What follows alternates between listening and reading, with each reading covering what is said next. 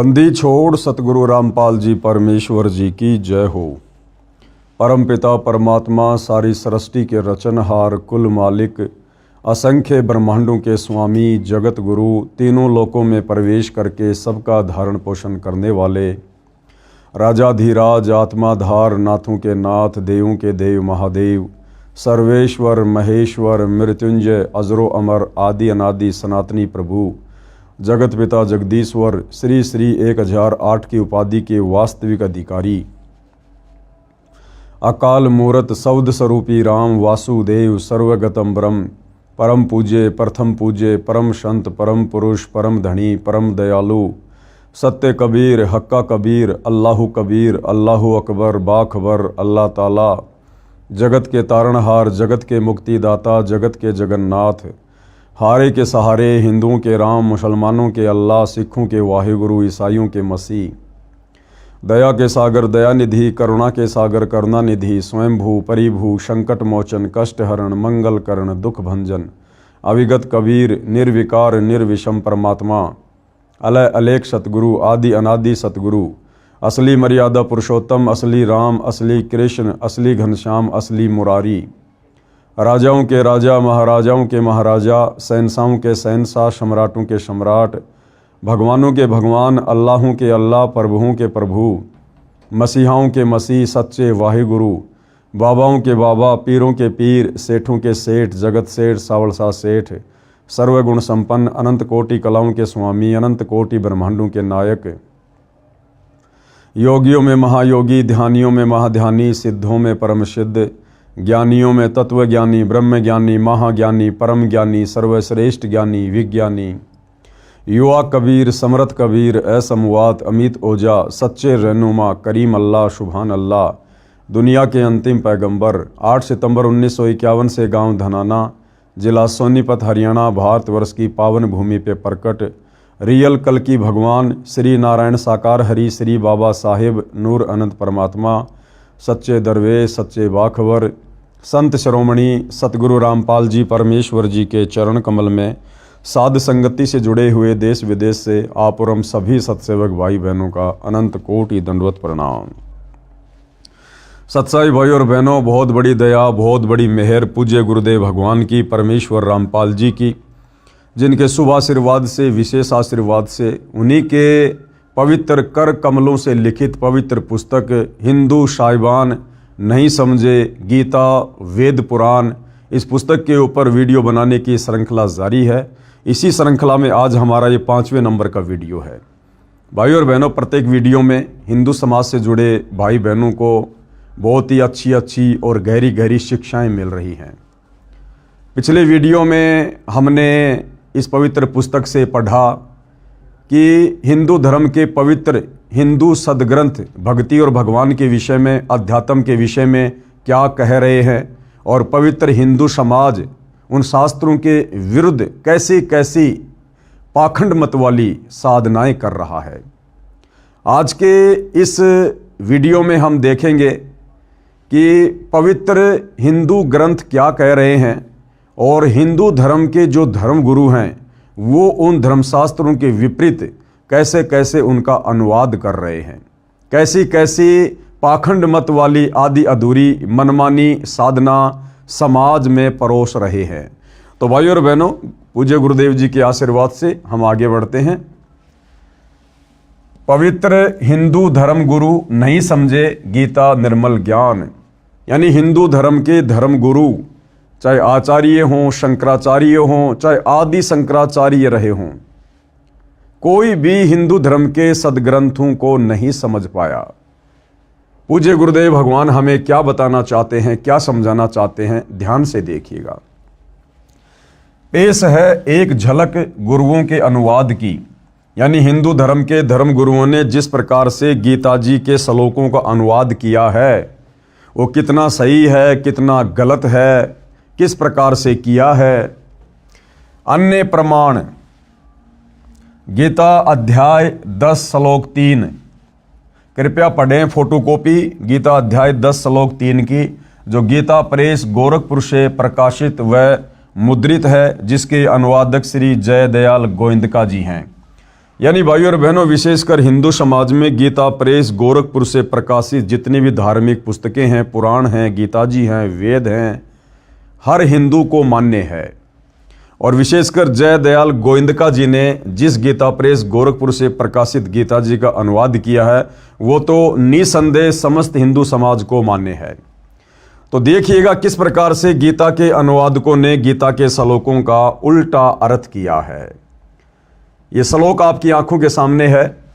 गीता जी अध्याय 10 श्लोक 3 की फोटोकॉपी है ये माम अजम अनादिम च वेति लोक महेश्वरम अश्मूढ़ स मृतेषु सर्व पापे प्रमुचते।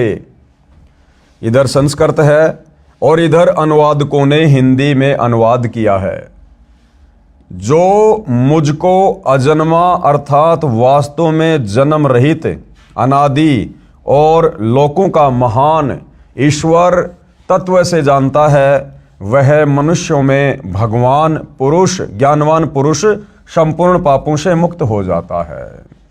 यह अनुवाद किया है भाइयों और बहनों हिंदू धर्म के अनुवादकों ने गीता जी का। ये गीता अध्याय 10 श्लोक नंबर 3 की फोटोकॉपी है, जिसमें अनुवादक के द्वारा गीता ज्ञान देने वाले ब्रह्म को अजन्मा अनादि कभी ना मरने वाला नाशवान भगवान कहकर संबोधित किया गया है।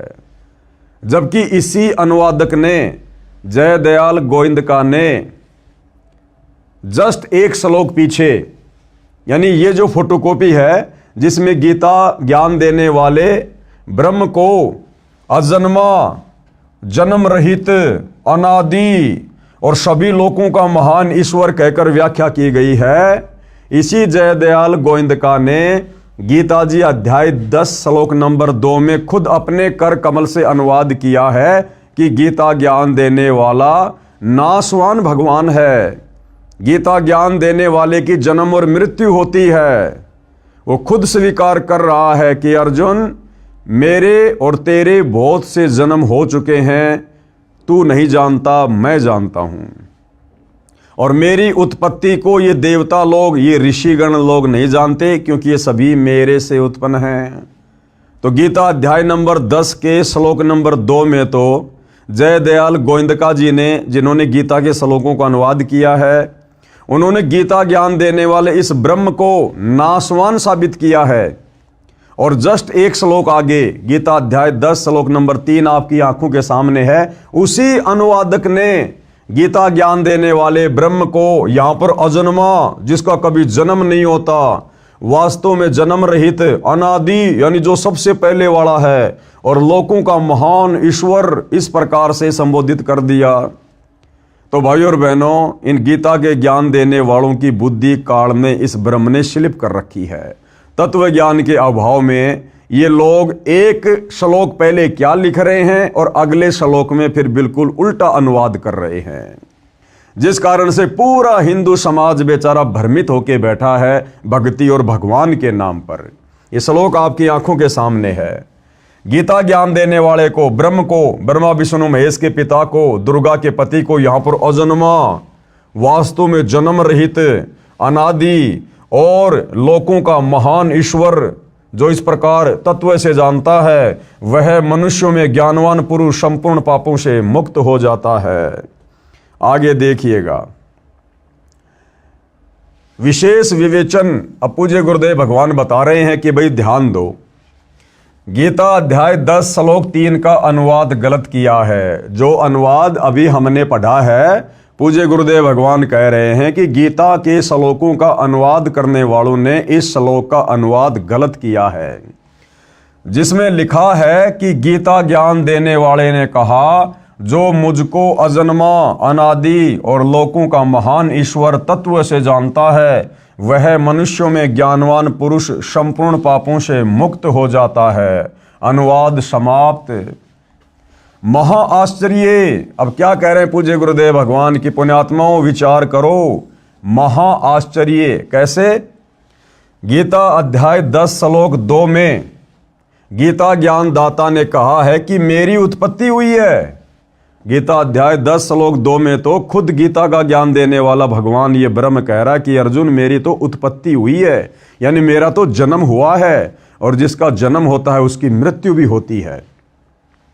गीता अध्याय 10 श्लोक 2 में गीता ज्ञानदाता ने कहा है कि मेरी उत्पत्ति हुई है, जिसका अनुवाद भी इन्हीं अनुवादकों ने किया है।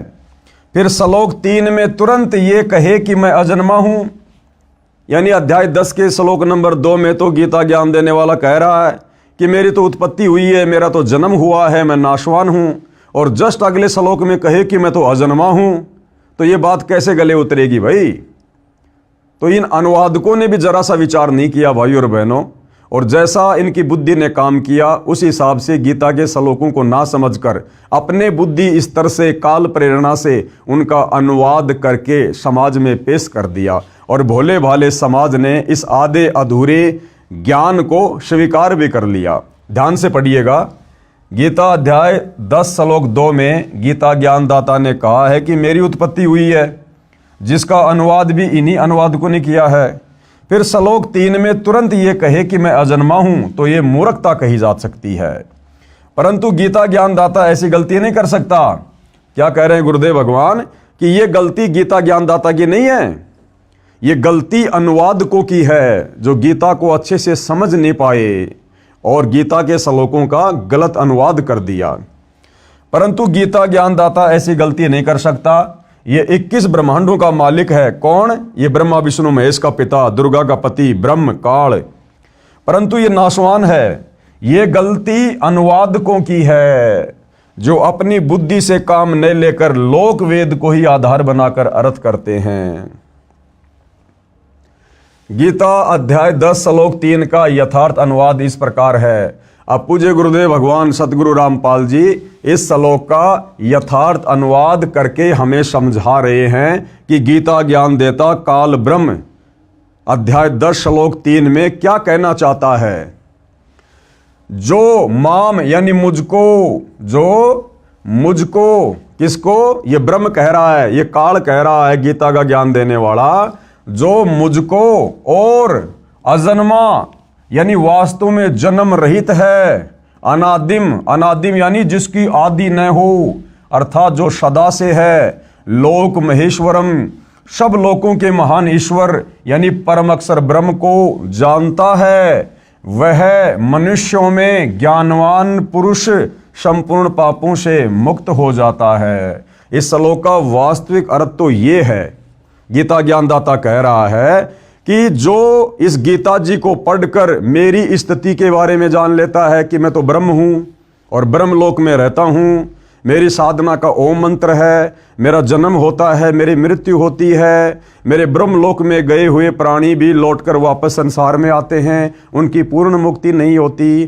तो कहते हैं जो मुझे जान जाता है और साथ में उस अनादि अजन्मा सभी लोकों के महान ईश्वर परम अक्षर ब्रह्म को जान जाता है, वो व्यक्ति संपूर्ण पापों से मुक्त हो जाता है, वो ज्ञानी पुरुष कहलाता है, और वो तत्वदर्शी संत की शरण में जाकर उस अजन्मा अनादि परम अक्षर ब्रह्म की भक्ति करके सदा सदा के लिए मुक्ति प्राप्त कर लेता है। इसका वास्तविक अर्थ तो ये है, जो माम यानी मुझको और अजम यानी अजन्मा यानी वास्तव में जन्म रहित, अनादिम, अनादिम का अर्थ है अनादि यानी जिसकी आदि न हो, अर्थात जो सदा से है, लोक महेश्वरम अर्थात सब लोकों के महान ईश्वर यानी परम अक्षर ब्रह्म को जानता है, वह मनुष्यों में अश्मूढ़ है यानी ज्ञानवान पुरुष, सर्व पाप यानी संपूर्ण पापों से मुक्त हो जाता है।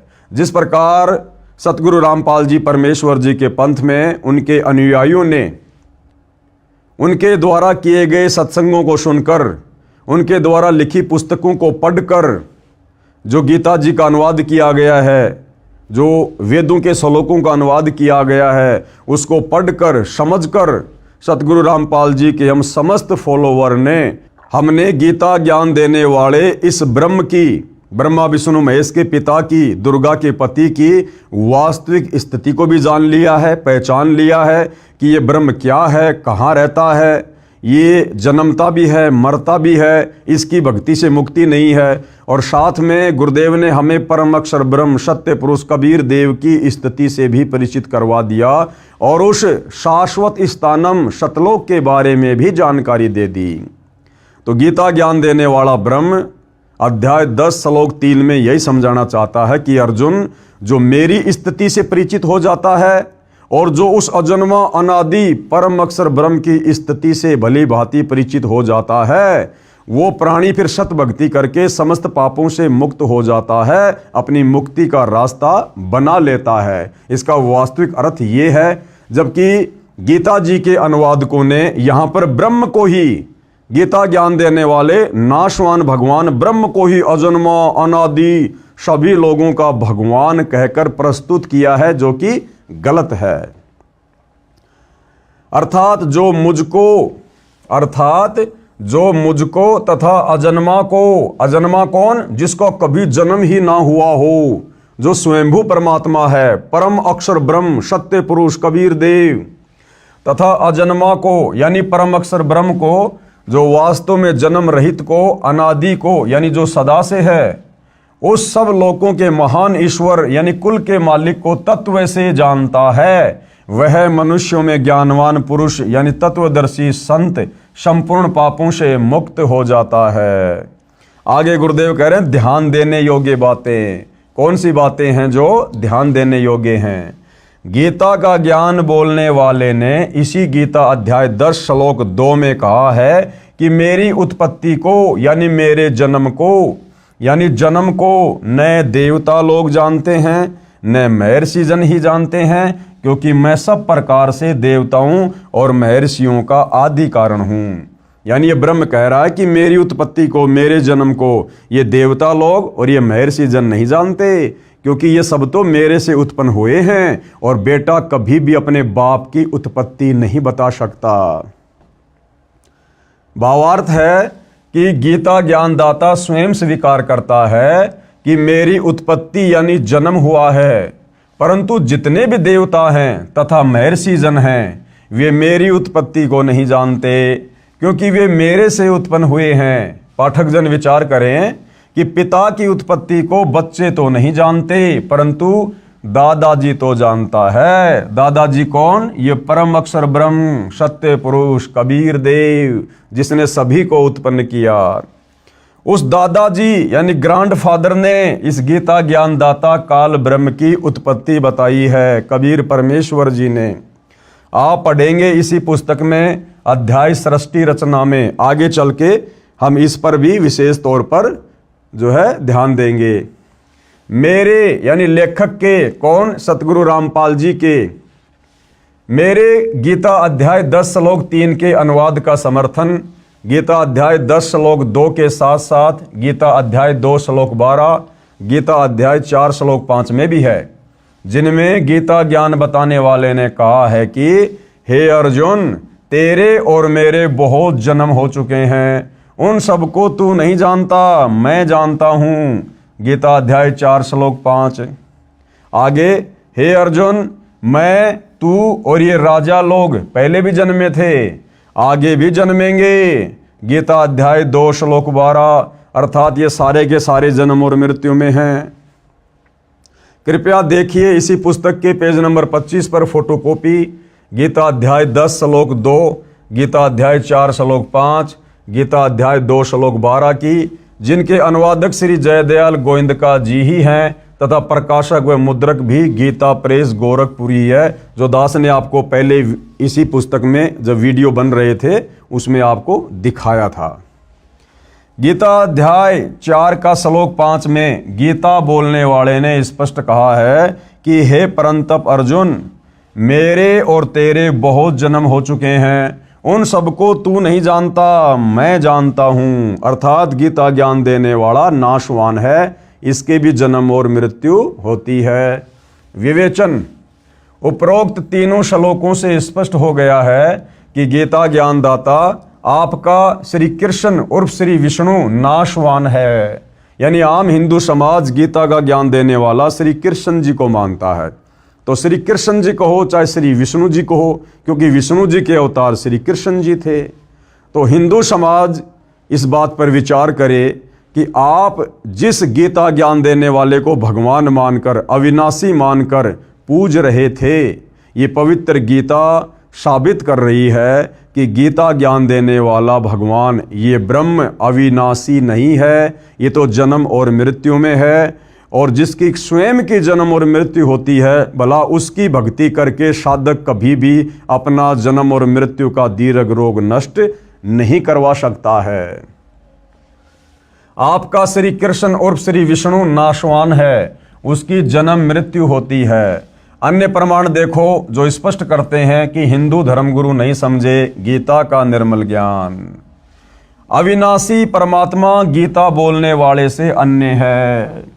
अब क्या स्पष्ट करने जा रहे हैं पूज्य गुरुदेव भगवान इसी पवित्र गीता जी से, जो कि हिंदुओं का सर्वमान्य ग्रंथ है, कि वो अविनाशी परमात्मा, अजन्मा अनादि परमात्मा जिसने सारी सृष्टि को रचा है, परम अक्षर ब्रह्म, सत्य पुरुष, कबीर देव, वो अविनाशी परमात्मा गीता का ज्ञान देने वाले इस नाशवान ब्रह्म से अलग है।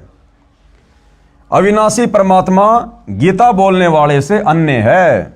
प्रमाण, अविनाशी परमात्मा तो गीता ज्ञान दाता यानी आपके श्री कृष्ण जी उर्फ श्री विष्णु जी से अन्य है, जो सर्व प्राणियों की उत्पत्ति करता है, यानी जिससे ये जगत व्याप्त है। यानी जिस अविनाशी परमात्मा ने, परम अक्षर ब्रह्म ने सारी सृष्टि को रचा है, वो तो गीता का ज्ञान देने वाले इस ब्रह्म से अलग है, जो सबका धारण पोषण करने वाला है। गीता ज्ञानदाता ने अर्जुन को उसकी शरण में जाने के लिए कहा है, अध्याय 18 श्लोक नंबर 62 में, कि तू सर्वभाव से उस परमेश्वर की शरण में जा। गीता ज्ञानदाता ने अर्जुन को उसकी शरण में जाने के लिए कहा है कि यदि अर्जुन तू जन्म मरण तथा जरा यानी बुढ़ापा, वृद्धावस्था से पूर्ण रूप से छुटकारा चाहता है, शाश्वत स्थान यानी अमर लोक यानी सतलोक प्राप्त करना चाहता है, तथा परम शांति चाहता है, तो मेरे से अन्य उस परमेश्वर, कौन से परमेश्वर की? परम अक्षर ब्रह्म की शरण में जा, जो गीता अध्याय नंबर 15 श्लोक नंबर 17 में कहा कि उत्तम पुरुष है तू अन्य, यानी वो सर्वश्रेष्ठ परमात्मा तो वो तीसरे नंबर का है जो सतलोक में रहता है। प्रमाण के लिए पेश है गीता अध्याय 2 श्लोक 17। प्रमाण के लिए पेश है गीता अध्याय 2 श्लोक 17, गीता अध्याय 15 श्लोक 17, गीता अध्याय 18 श्लोक 46, 61 तथा 62। गीता अध्याय 2 श्लोक 17 में, अब ये गीता अध्याय 2 श्लोक नंबर 17 में क्या कहा गया है? गीता ज्ञान दाता ने, यानी गीता का ज्ञान देने वाले इस ब्रह्म ने, नाशवान भगवान ने अपने से अन्य अविनाशी परमेश्वर के विषय में कहा है। अविनाशी परमेश्वर कौन? जो कभी भी जन्म और मृत्यु में नहीं आता, कि नाश रहित यानी अविनाशी तो उसको जान जिससे ये संपूर्ण जगत व्याप्त है, यानी जिसने सारी सृष्टि को रचा है। इस अविनाशी का विनाश करने में यानी उसको मारने में कोई भी समर्थ नहीं है। पेश है फोटोकॉपी गीता अध्याय 2 श्लोक नंबर 17 की। अपनी आंखों से देखिए भाई और बहनों, कितना क्लियर किया गया है इस पवित्र ग्रंथ गीता में। अविनाशी तु तत् विधि येन सर्वम इदम ततम विनाशम अव्यस्य अस्य न कश्चित कृत्युम अहर्ति। एक तरफ संस्कृत है, बिल्कुल बराबर में हिंदी में अनुवाद है। अब गीता ज्ञान देने वाला ये ब्रह्म, ये नाशवान भगवान अपने से अन्य उस अविनाशी परम अक्षर ब्रह्म के विषय में अर्जुन को क्या कह रहा है? नाश रहित यानी जिसका कभी विनाश नहीं होता, नाश रहित तो तू उसको जान जिससे यह संपूर्ण दृश्य वर्ग यानी संपूर्ण जगत व्याप्त है। इस अविनाशी का विनाश करने में कोई भी समर्थ नहीं है। अपने से अन्य भगवान को गीता का ज्ञान देने वाला ब्रह्म अविनाशी कह रहा है, अजन्मा कह रहा है कि उसका नाश करने में कोई भी समर्थ नहीं है। अर्थात ये गीता का ज्ञान देने वाला ब्रह्म स्वयं अविनाशी नहीं है, इसका नाश होता है, इसका जन्म होता है, इसकी मृत्यु होती है। ये सुप्रीम गॉड नहीं है गीता का ज्ञान देने वाला। यही प्रमाण गीता अध्याय 18 श्लोक 46 में भी है। इसमें भी गीता ज्ञान दाता ने यानी ब्रह्म ने अपने से अन्य परमेश्वर के विषय में कहा है, परम अक्षर ब्रह्म के विषय में, कि जिस परमेश्वर से संपूर्ण प्राणियों की उत्पत्ति हुई है और जिससे ये समस्त जगत व्याप्त है, उस परमेश्वर की अपने स्वाभाविक कर्मों द्वारा पूजा करके मनुष्य परम सिद्धि को प्राप्त हो जाता है। यहां भी गीता बोलने वाले ने अपने से अन्य परमेश्वर के विषय में कहा है। आगे देखिए भाई और बहनों, पेश है गीता अध्याय 18 श्लोक 46 की फोटोकॉपी। ये संस्कृत में श्लोक आप जी की आंखों के सामने है, पढ़ सकते हैं, देख सकते हैं। जिस परमेश्वर से संपूर्ण प्राणियों की उत्पत्ति हुई है, कौन कह रहा है? गीता का ज्ञान देने वाला ब्रह्म।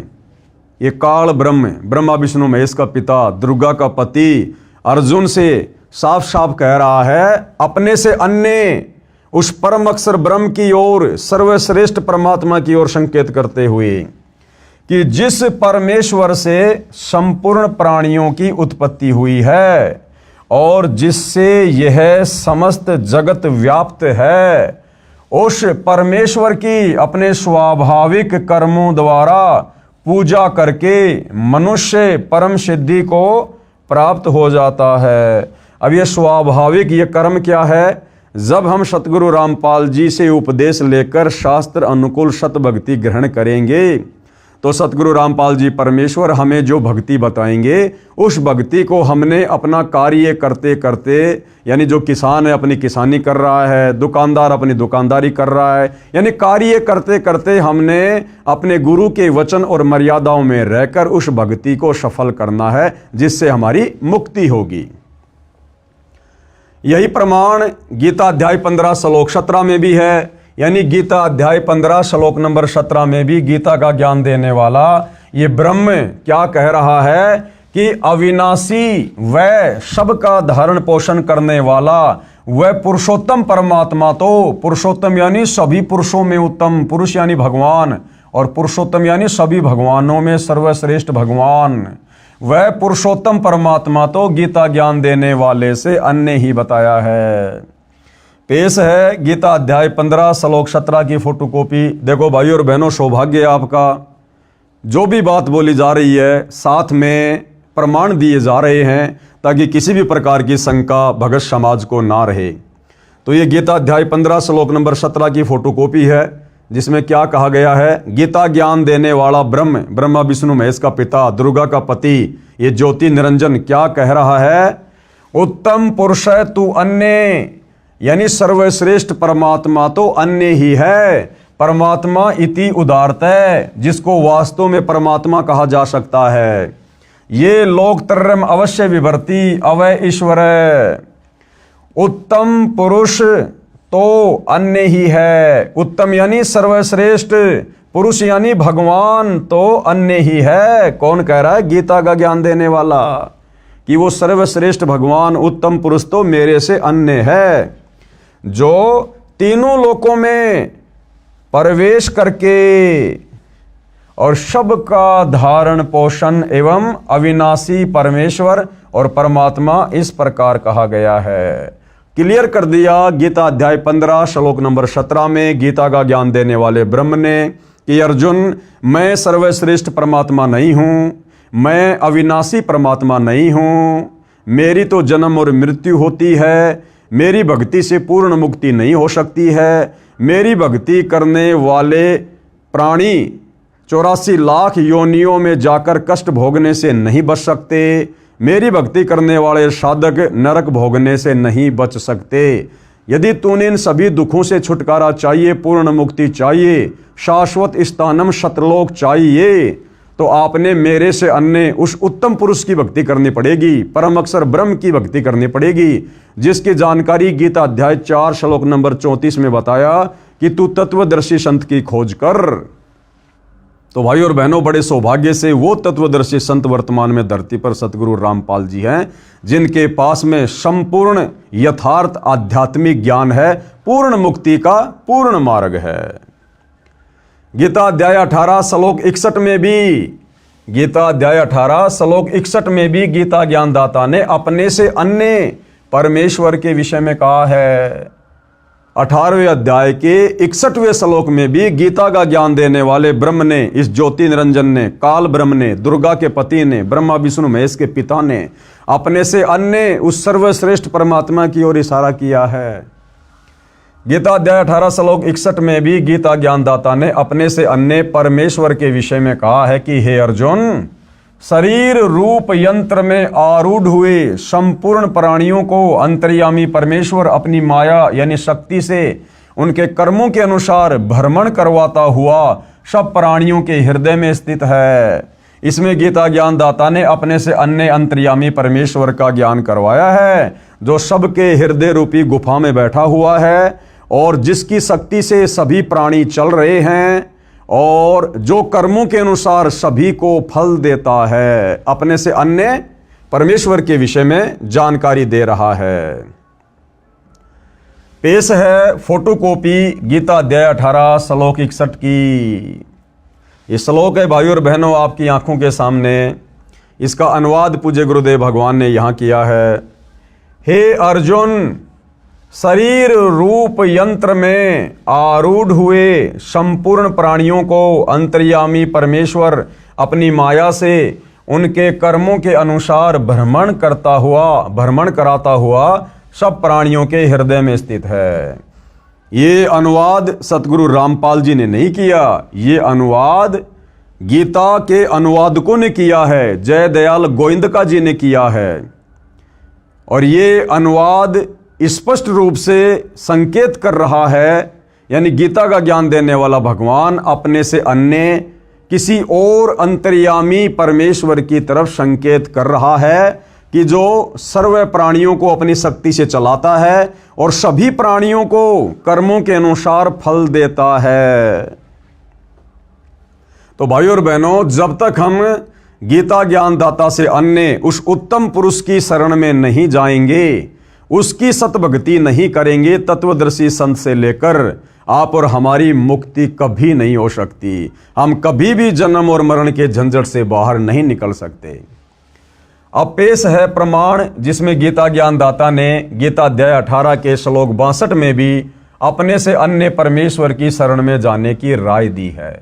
कहा है कि हे भारत, तू सब प्रकार से उस परमेश्वर की शरण में जा जिसके विषय में ऊपर कहा है। उस परमात्मा की कृपा से ही तू परम शांति को तथा सनातन परम धाम यानी अमर लोक सतलोक को प्राप्त होगा, यानी सतलोक का कभी भी विनाश नहीं होता। वह परमेश्वर कौन है, उसके विषय में गीता ज्ञान बोलने वाले ने गीता अध्याय 8 श्लोक 3 में बताया है कि वह परम अक्षर ब्रह्म है।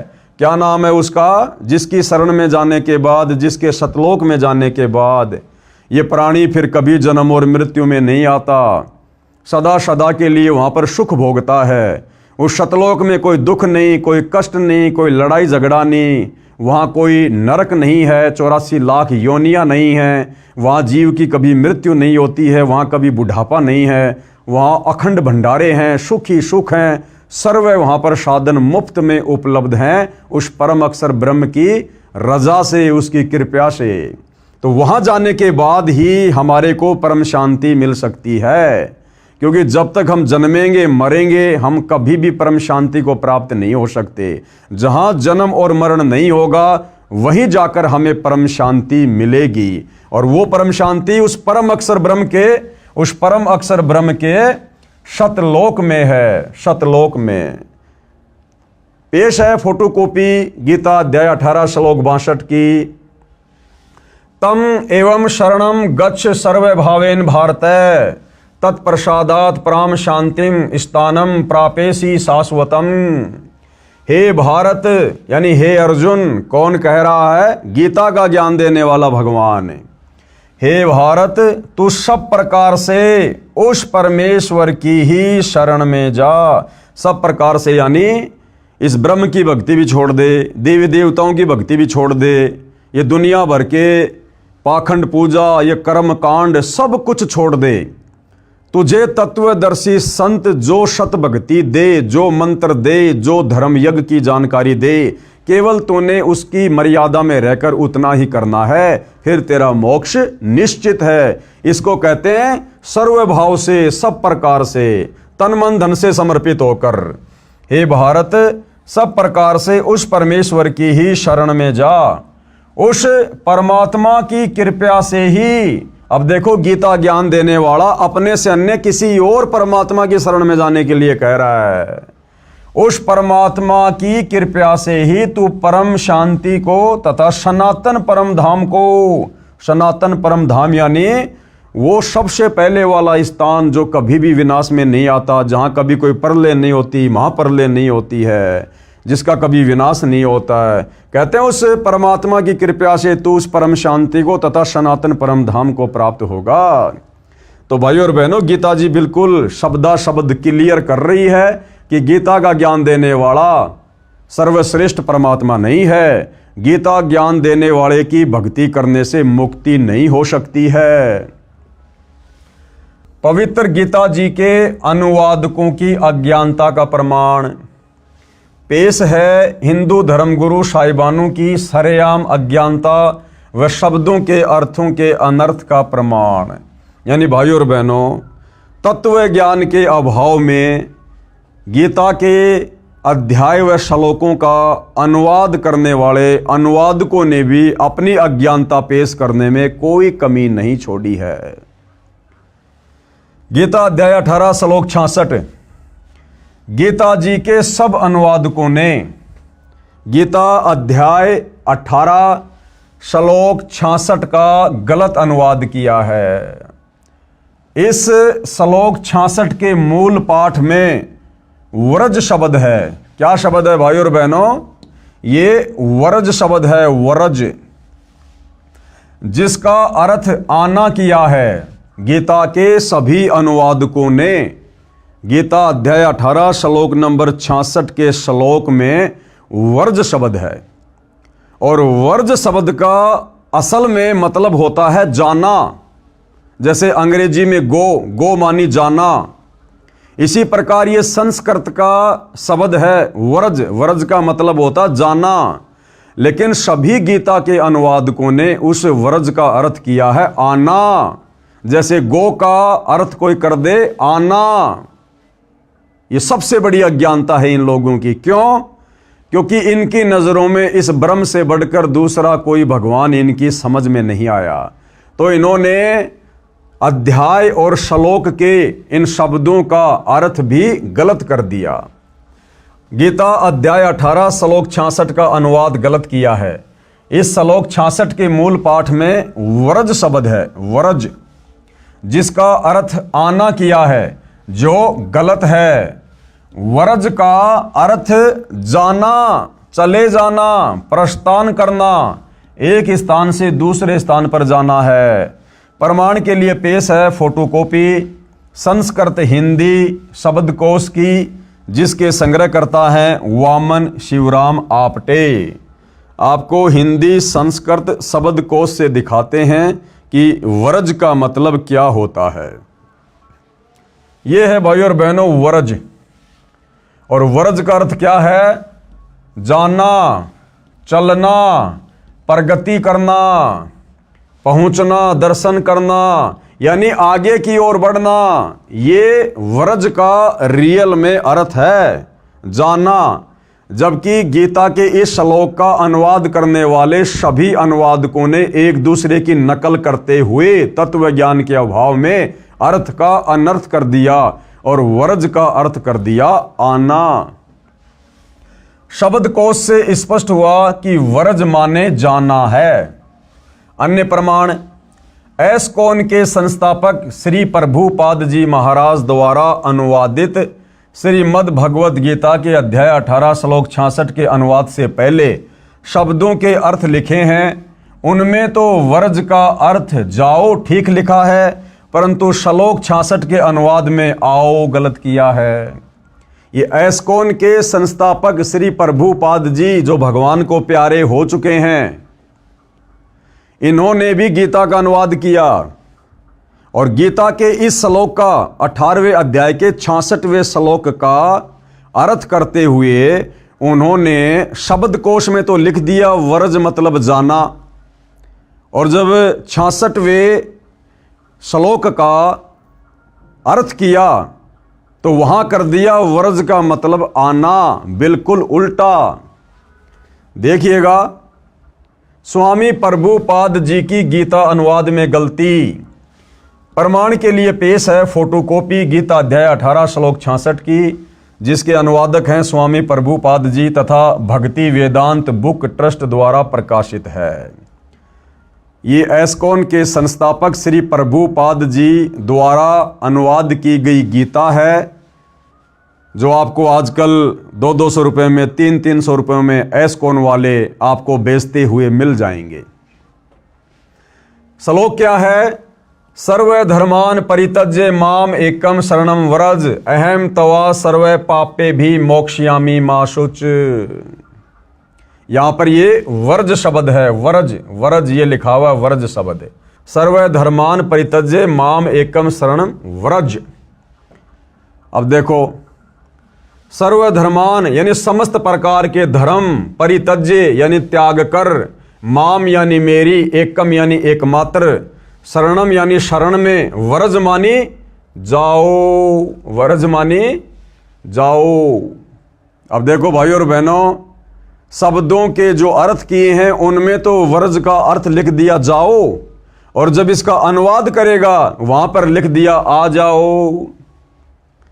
समस्त प्रकार के धर्मों का परित्याग करो और मेरी शरण में आओ। ये देखो, यहां तो व्रज का अर्थ कर दिया जाओ, बिल्कुल सही है, और श्लोक का अर्थ करते हुए व्रज का अर्थ कर दिया आओ। क्योंकि भाई और बहनों, इन समस्त गीता अनुवादकों की नजर में गीता ज्ञान देने वाले ब्रह्म से ऊपर दूसरा कोई भगवान इनको दिखाई नहीं दिया। तत्व ज्ञान के अभाव में इनकी ज्ञान वाली आंखें सर्वदा बंद पड़ी हुई थी, बंद। आगे चलिए भाई और बहनों,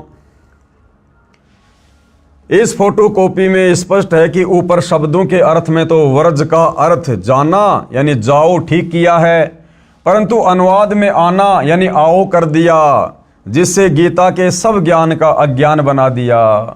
कारण यही रहा कि इन गुरुजनों को श्री कृष्ण से आगे का ज्ञान ही नहीं है, इनको अपने सदग्रंथों का भी ज्ञान नहीं है, इसलिए लिख दिया कि मेरी शरण में आ जा। यानी इन अनुवादकों ने देखा कि भैया गीता अध्याय नंबर 18 श्लोक नंबर 66 कि सर्वधर्मान परित्यज्य माम एकम शरणम व्रज अहम तवा सर्व पापे भी मोक्ष्यामि मा शुच। इन्होंने देखा कि भगवान अपने से अन्य और किसकी शरण में जाने के लिए कह रहे हैं? व्रज यानी जाना, कि हे अर्जुन, तू सब प्रकार से मेरे निमित्त, मेरे लेवल की जितनी भी पूजा भक्ति साधना जप तप की कमाई है वो मुझे समर्पित कर दे, और तू उस एकमात्र अद्वितीय परमात्मा की शरण में जा। मैं तुझे सब प्रकार के पापों से, बंधनों से मुक्त कर दूंगा। इसका रियल अर्थ तो है ये। और जब इन अनुवादकों ने यह श्लोक पढ़ा, क्योंकि इनकी बुद्धि तो श्री कृष्ण जी से ऊपर जा ही नहीं रही थी कि इनसे ऊपर तो कोई भगवान है ही नहीं, तत्व ज्ञान इनको था नहीं, तो इन्होंने देखा कि यहां पर श्री कृष्ण जी यानी ब्रह्म अपने से अन्य किसी और की शरण में जाने के लिए क्यों कह रहे हैं?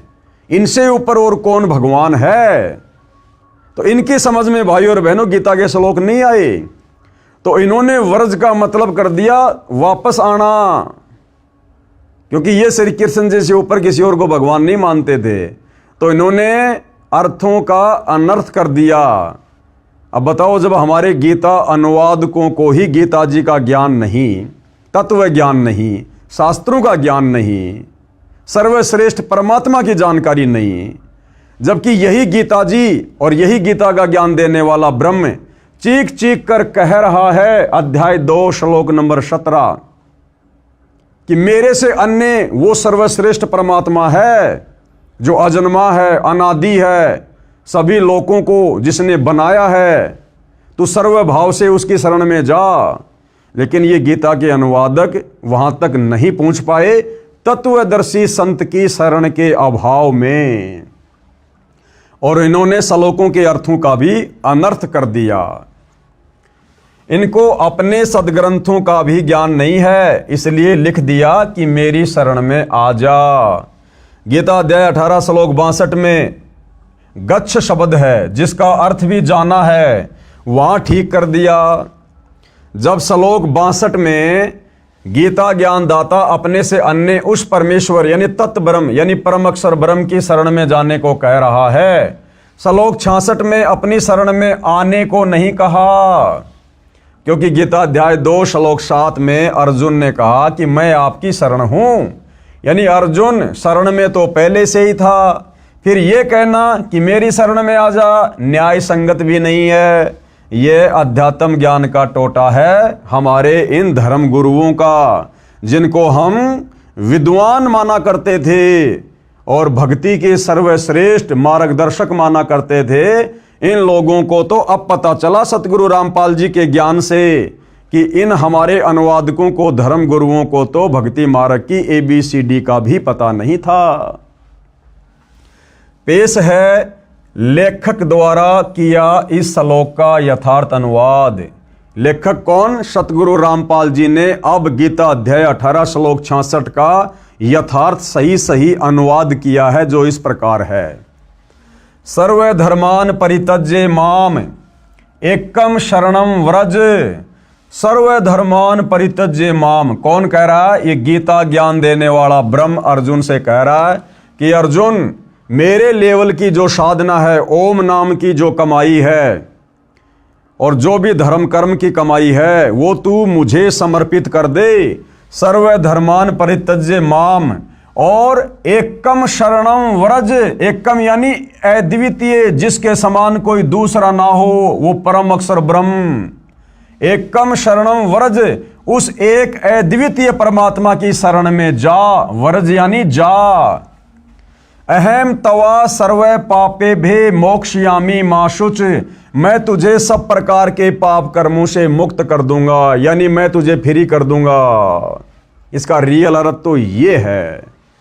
अनुवाद, गीता ज्ञान देने वाले ने कहा है कि सर्वधर्मान माम, यानी मेरे स्तर के जितने भी धार्मिक कर्म हैं उन सबको मुझ में परित्यज्य यानी त्याग कर, एकम यानी उस एक सर्वशक्तिमान परम अक्षर ब्रह्म की शरणम यानी शरण में, व्रज यानी जा। व्रज यानी जा। अहम यानी मैं, तवा यानी तेरे को, सर्व पापे भे यानी सब पापों से, मोक्षयामी यानी मुक्त कर दूंगा, मां शुच यानी शोक ना कर, तू दुख ना मान, परेशान ना हो, चिंता ना कर। मेरे लेवल की भक्ति साधना, ओम नाम की कमाई मुझ में समर्पित कर दे, मेरे को संकल्प कर दे। मैं तुझे 21 ब्रह्मांड से मुक्त कर दूंगा, जन्म मरण से मुक्त कर दूंगा। और उस परम अक्षर ब्रह्म की शरण में जा और उसके द्वारा बताई गई सत साधना कर और भाई अपना मोक्ष करवा। विशेष इस श्लोक में एकम एक शब्द है, इसका अर्थ एक यानी अद्वितीय परमेश्वर है। एकम यानी अद्वितीय, जिसके समान कोई दूसरा ना हो। गीता अध्याय 13 श्लोक 30 में भी एकस्त शब्द है, जिसका अर्थ है उस एक परमात्मा में स्थित किया है जो गीता ज्ञानदाता से अन्य है। गीता अध्याय 13 श्लोक 27, 28 तथा 30 में भी गीता ज्ञान देने वाले काल ब्रह्म ने अपने से अन्य परमेश्वर की जानकारी दी है। कहा है कि गीता अध्याय 13 श्लोक 27, ये गीता अध्याय 13 श्लोक 27, इसमें गीता का ज्ञान देने वाला ये ब्रह्म क्या कह रहा है? जो साधक नष्ट होते हुए सब प्राणियों में परमेश्वर यानी परम अक्षर ब्रह्म को अविनाशी तथा समभाव से देखता है, वह परमेश्वर को सही रूप में देखता है, यानी वह उस परमेश्वर को ठीक से समझा है।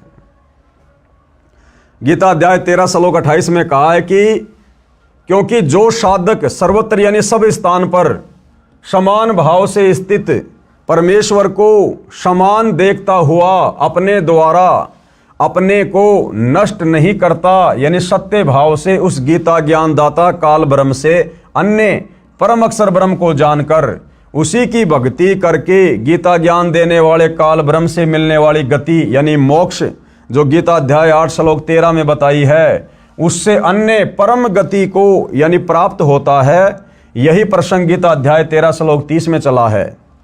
कहा है, जिसका समय साधक प्राणियों के पृथक पृथक भाव को एकस्तम यानी उस अद्वितीय एक परमात्मा से एवं यानी ही विस्तारम यानी सब प्राणियों का विस्तार यानी उत्पत्ति होना देखता है यानी जानता है, उस समय उस परमेश्वर को पूजकर उसी को प्राप्त हो जाता है। इससे सिद्ध हो जाता है कि गीता अध्याय 18 श्लोक 66 में एकम शरणम व्रज का अर्थ भी उस परम अक्षर ब्रह्म की शरण में जाओ ही सही है। पेश है गीता अध्याय 18 श्लोक 66 की अन्य अनुवादकों की फोटो कॉपियां, यानी एकमात्र सतगुरु रामपाल जी के अलावा जितने भी अनुवादकों ने गीता का अनुवाद किया है, सब ने एक दूसरे की नकल कर ली, कॉपी कर ली और वर्ज का अर्थ जो जाना होता है सब ने आना लिख दिया। पेश है गीता अध्याय 18 श्लोक 66 की अन्य अनुवादकों की फोटो कॉपियां। श्री राम सुखदास की गीता अनुवाद में गलती। अब देखो भाई और बहनों, ये बड़े बड़े नाम उजागर हो रहे हैं, बड़े बड़े नाम जो कि नामचीन हैं, जिनके अनुवाद पर किसी को कोई संदेह नहीं था। अब देखो इन्होंने कैसी कैसी गलतियां कर रखी है। पेश है गीता अध्याय 18 श्लोक 66 की फोटोकॉपी श्री राम सुखदास जी महाराज के अनुवाद की। ये गीता प्रबोधनी मोटा टाइप स्वामी राम सुखदास प्रकाशक एवं मुद्रक गीता प्रेस गोरखपुर। ये देखिएगा अध्याय 18 श्लोक 66 सर्वधर्मान परित्यज्य माम एकम शरणम व्रज अहम तवा सर्व पापे भे मोक्षयामि मा शुच। संपूर्ण धर्मों का आश्रय छोड़कर तू केवल मेरी शरण में आ जा। व्रज का अर्थ क्या कर दिया? आ जा, जबकि व्रज का अर्थ क्या करना था? चला जा। मैं तुझे संपूर्ण पापों से मुक्त कर दूंगा, चिंता मत कर। यानी श्री राम सुखदास जी ने भी गीता जी का यथार्थ अनुवाद नहीं किया।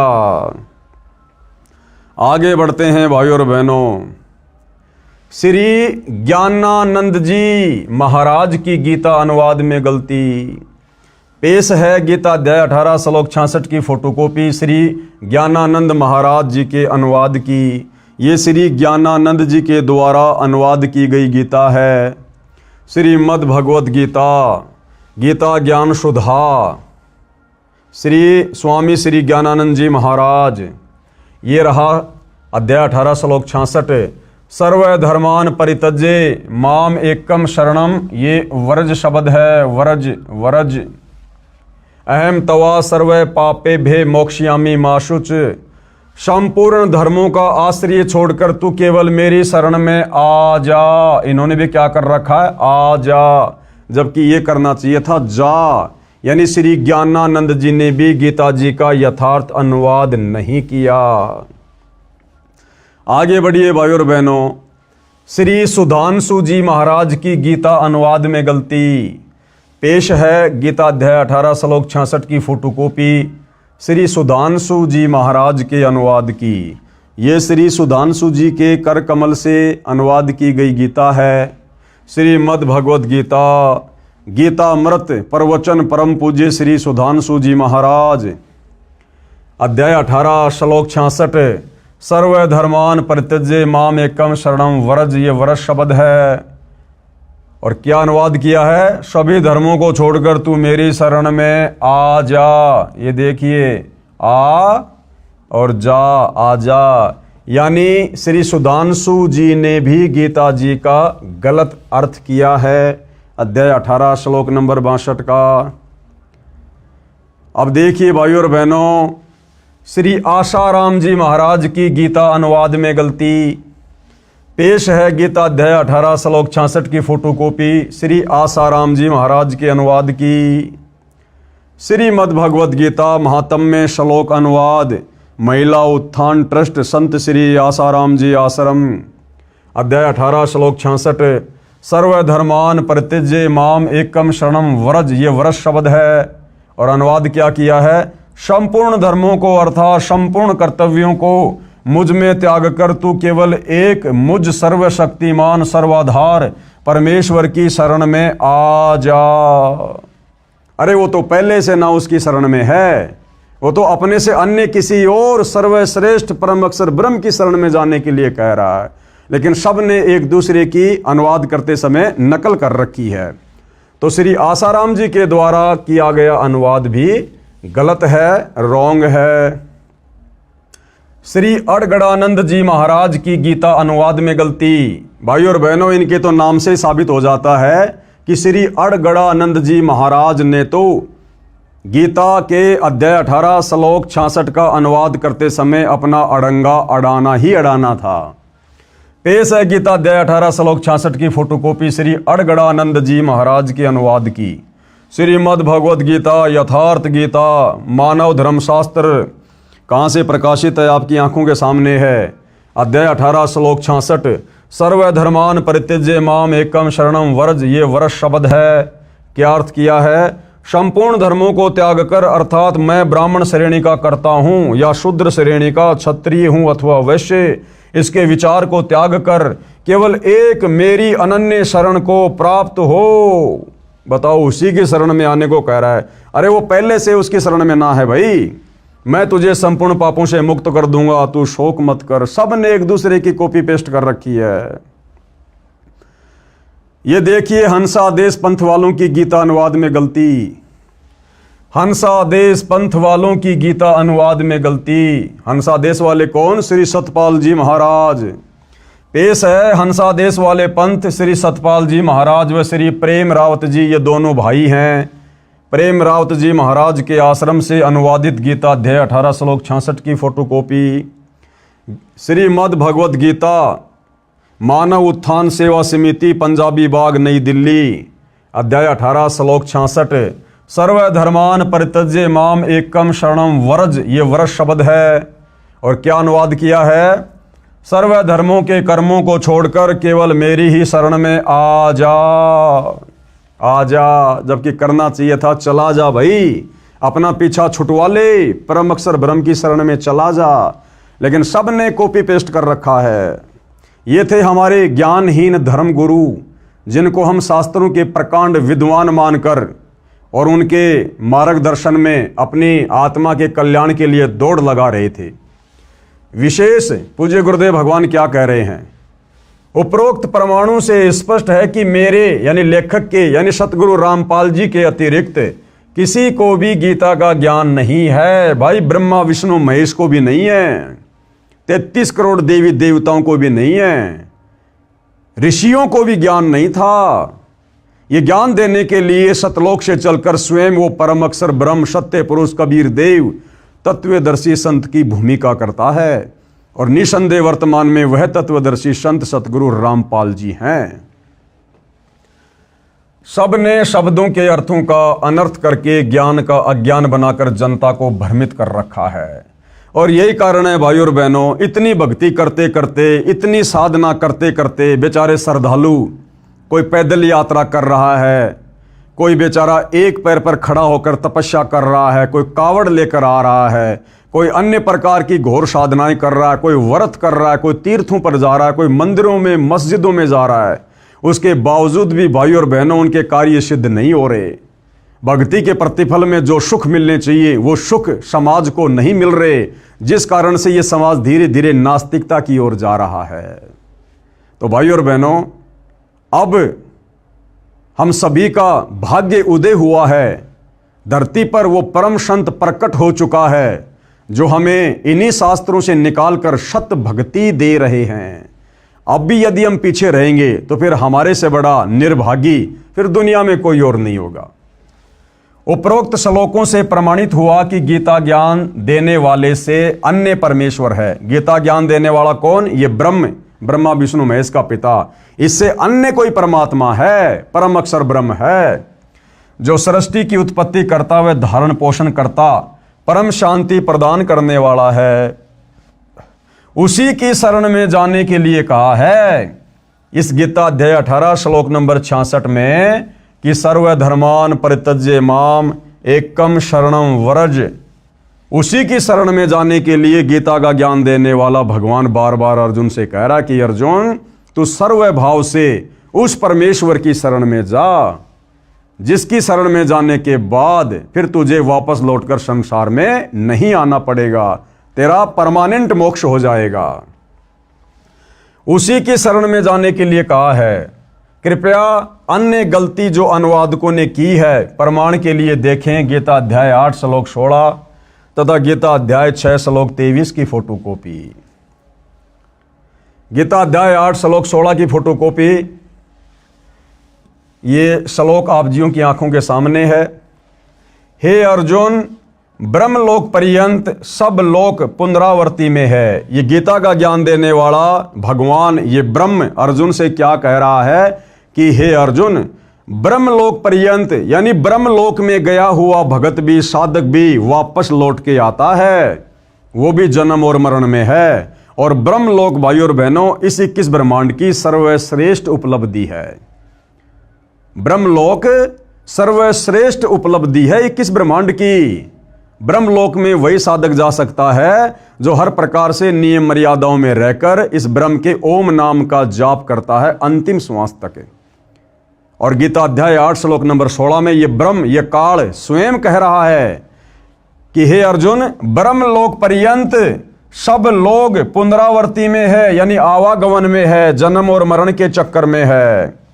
परंतु हे कुंती पुत्र, मुझको प्राप्त होकर पुनर्जन्म नहीं होता। ये हमारे अनुवादकों ने गलत अर्थ कर दिया कि हे अर्जुन, मुझ ब्रह्म को प्राप्त होकर फिर पुनर्जन्म नहीं होता, जबकि ये ब्रह्म तो कई बार अध्याय 12 श्लोक 2, अध्याय 2 श्लोक 10, अध्याय 4 श्लोक 5 और 9 में कह चुका है कि अर्जुन, मेरी उत्पत्ति को ये देवता नहीं जानते। हे अर्जुन, तेरे और मेरे बहुत से जन्म हो चुके हैं, तू नहीं जानता, मैं जानता हूं। फिर यहां पर गीता ज्ञान देने वाला ये क्यों कहेगा कि मुझको प्राप्त होकर पुनर्जन्म नहीं होता, जबकि ये खुद ही जन्म और मृत्यु में है? तो यहां पर गीता अनुवादकों ने इस श्लोक का अर्थ गलत किया है। इसका यथार्थ अनुवाद आप जी पहले सतगुरु रामपाल जी के कर कमल से लिखा हुआ देख चुके हैं। गीता अध्याय 6 श्लोक 23 में इसी अनुवादक ने विधात शब्द का अर्थ जानना किया है। विधात का अर्थ जानना। यदि गीता अध्याय 8 श्लोक 16 में विद्यते का अर्थ जानना कर दिया जाए तो सरलार सही हो जाता है, लेकिन इनको तत्व ज्ञान नहीं था और श्री कृष्ण जी से ऊपर ये किसी और को परमात्मा नहीं जानते थे, इसलिए घुमा फिराकर श्री कृष्ण जी पर ही वापस बात को ले आए। गीता अध्याय 6 श्लोक 23 की फोटोकॉपी। ये श्लोक आप जियों की आंखों के सामने है। क्या कहा गया है? दुख रूप संसार के संयोग से रहित तथा जिसका नाम योग है उसको जानना चाहिए। वह योग यानी भक्ति न उकताते हुए अर्थात धैर्य और उत्साह युक्त चित्त से निश्चय पूर्वक करना कर्तव्य है। गीता अध्याय 15 श्लोक 17 में उसी परम अक्षर ब्रह्म का वर्णन है। गीता अध्याय 15 श्लोक 17 में उसी परम अक्षर ब्रह्म का वर्णन है कि उत्तम पुरुष तू अन्य परमात्मा इति उदाहरते। गीता ज्ञानदाता ने कहा है उत्तम पुरुष तू अन्य यानी पुरुषोत्तम यानी सर्वश्रेष्ठ प्रभु तो मेरे से अन्य ही है। जो परमात्मा इति उदाहरते यानी परमात्मा इस प्रकार कहा गया है, ये यानी जो लोकत्रयम यानी तीनों लोक में आविश्य यानी प्रवेश करके विभर्ति यानी सबका धारण पोषण करता है तथा अव्यय यानी अविनाशी ईश्वर यानी वो परमेश्वर है। ध्यान रहे गीता अध्याय 8 श्लोक 8, 9, 10, 20 व 23 में तथा गीता अध्याय 18 श्लोक 61, 62 तथा 66 में भी इसी परम अक्षर ब्रह्म की महिमा है। कहा है कि जो परम अक्षर ब्रह्म यानी कबीर देव सत्य पुरुष सर्वस्य धातारम यानी सबका धारण पोषण करने वाला है, उस परमम दिव्यम पुरुषम यानी परम दिव्य पुरुष यानी सच्चिदानंद घन ब्रह्म परमेश्वर को भजता है, उसी को प्राप्त होता है। जो गीता ज्ञानदाता से उत्तम है, श्रेष्ठ है, यानी पुरुषोत्तम है, पुरुषों में यानी भगवानों में उत्तम है, श्रेष्ठ है, वह तो अन्य है। यानी गीता ज्ञानदाता अपने से अन्य पुरुषोत्तम की यहां पर बात कर रहा है, परमेश्वर की बात कर रहा है कि वो उत्तम पुरुष जो तीनों लोकों में प्रवेश करके सबका धारण पोषण करता है, वो तो मुझ गीता ज्ञान देने वाले ब्रह्म से अन्य है। गीता ज्ञान देने वाले ने गीता अध्याय 18 श्लोक 62 में उसी परम अक्षर ब्रह्म की शरण में जाने को कहा है। यानी भाइयों और बहनों, बार बार गीता का ज्ञान देने वाला हिंदू भाई बहन जिसे श्री कृष्ण मानते हैं, विद्वान जिसको ब्रह्म कहते हैं, वो बार बार यही कह रहा है कि भैया गधा कुत्ता शुअर बनना है, नरक भोगना है, कष्ट भोगने हैं, तो भैया मेरे ओम नाम की साधना कर ले, या नीचे के देवी देवताओं की साधना कर ले, भैया तेरी मर्जी। और अगर तुझे परम शांति चाहिए, जन्म मरण से छुटकारा चाहिए, सतलोक में जाना है, तो भैया उस परम अक्षर ब्रह्म की भक्ति कर ले। और उस परम अक्षर ब्रह्म की भक्ति तुझे तत्वदर्शी संत बताएगा, उसकी शरण में जा। इसके अलावा और कोई ऑप्शन धरती पर नहीं है। उस परम अक्षर ब्रह्म की भक्ति का मंत्र गीता अध्याय 17 श्लोक 23 में बताया है। अब उस परम अक्षर ब्रह्म सत्य पुरुष कबीर देव की भक्ति का, उसके सतलोक में जाने का मंत्र गीता अध्याय 17 श्लोक नंबर 23 में बताया है। ओम तत् सत इति निर्देश ब्रह्मण त्रिविध समर्थ। कहा है कि ओम तत् सत इति निर्देश, यानी केवल ये 3 मंत्र के जाप का ही निर्देश है। ओम तत् सत, ये ओम तो सीधा सीधा भाई और बहनों गीता ज्ञान देने वाले काल ब्रह्म का है, जो आपने पहले गीता अध्याय 8 श्लोक नंबर 13 में पढ़ा। खुद ये ब्रह्म कह रहा है कि ओम इति एक अक्षर माम ब्रह्म अनुस्मरण ये परियाति तजन देहम सयाति परमाम गतम। कि भाई अर्जुन, मेरे ब्रह्मलोक में जाने का मैं जितना तुझे सुख दे सकता हूं थोड़े बहुत समय के लिए, उसके लिए मेरी भक्ति का केवल एक ओम मंत्र है। उस ओम मंत्र का जाप करके तो भाई मेरे ब्रह्मलोक में आ सकता है, लेकिन मेरा ब्रह्मलोक भी परमानेंट नहीं है, उसका भी विनाश होता है। और ब्रह्मलोक में रहने वाले साधक का भी विनाश होता है, वो भी जन्म और मृत्यु में आता है। तो ये ओम तो सीधा सीधा गीता का ज्ञान देने वाले इस ब्रह्म का मंत्र है। ये तत् और सत, ये उस परम अक्षर ब्रह्म का मंत्र है, सतलोक जाने का मंत्र है। लेकिन कोई भाई ओम तत् सत करने लग जाए, ये कोई भक्ति नहीं है, ये कोई मंत्र नहीं है। ओम तो सीधा सीधा इस ब्रह्म का मंत्र है। तत् और सत ये सांकेतिक है। ये तत् का मतलब क्या है? इस तत् के अंदर कौन कौन से मंत्र हैं, सत के अंदर कौन कौन से मंत्र हैं, ये जानकारी भाई तत्वदर्शी संत देगा। इसीलिए तो कहा गीता ज्ञानदाता ने कि भैया मुझे तो तत्व ज्ञान नहीं है, मुझे ओम तत्सत की पूर्ण जानकारी नहीं है। उसके लिए गीता अध्याय 4 श्लोक नंबर 34 में खुद गीता ज्ञान देने वाला ब्रह्म कह रहा है कि तू तत्वदर्शी संतों की खोज कर, भली भांति उनको दंडोत प्रणाम कर, कपट छोड़कर सरलता पूर्वक व्यवहार कर, दंडोत प्रणाम कर, फिर वो तत्वदर्शी महात्मा तुझे तत्व ज्ञान का उपदेश करेगा। तब तुझे पता चलेगा कि ओम तत् सत का रहस्य क्या है, ये ओम तत् सत मिलकर फिर क्या मंत्र बनता है और किस विधि से इसका जाप किया जाता है। कहा है कि ओम तत् सत इति निर्देश ब्रह्मणे त्रिविध समर्थे। ब्रह्मण यानी उस पूर्ण ब्रह्म परमात्मा अक्षर पुरुष की भक्ति करने का मंत्र, उसको सुमरण करने का मंत्र। ब्रह्मणा तेन वेदा च यज्ञा च विहिता पुरा, अर्थात सच्चिदानंद घन ब्रह्म यानी परम अक्षर ब्रह्म की भक्ति का ओम तत् सत यह मंत्र है। इसका 3 विधि से सुमरण कहा है, यानी इसका 3 विधि से जाप होता है। अब वो जाप भाई और बहनों तत्वदर्शी संत ही बता सकता, धरती पर किसी और के पास नहीं है, केवल सतगुरु रामपाल जी ही बता सकते हैं। इसका 3 विधि से सुमरण होता है। सृष्टि के आदि में यानी सृष्टि की शुरुआत में यानी सतयुग के आदि शुरू में विद्वान पुरुष जो ज्ञान में अब गीता रूप में बता रहा हूं, इसी आधार से अपनी धार्मिक क्रिया किया करते थे। यानी सतयुग की शुरुआत में जो विद्वान पुरुष थे, जो भगत थे, साधक थे, ऋषि महात्मा थे, वो इन्हीं 3 मंत्रों का जाप किया करते थे, तत्वदर्शी संत से लेकर। और ये परम अक्षर ब्रह्म, ये सत्य पुरुष, ये कबीर परमात्मा चारों युगों में आते हैं, तत्वदर्शी संत की भूमिका करते हैं। कबीर परमात्मा जी अपनी वाणी में कहते हैं, सतयुग में सत सुकृत कह टेरा, और त्रेता नाम मुनिंदर मेरा, द्वापर में करुणा में कहाया, कलयुग में नाम कबीर धराया। कबीर जी कहते हैं कि मैं सतयुग में आता हूं इन्हीं 3 मंत्रों का रहस्य बताने, तत्वदर्शी संत बनकर।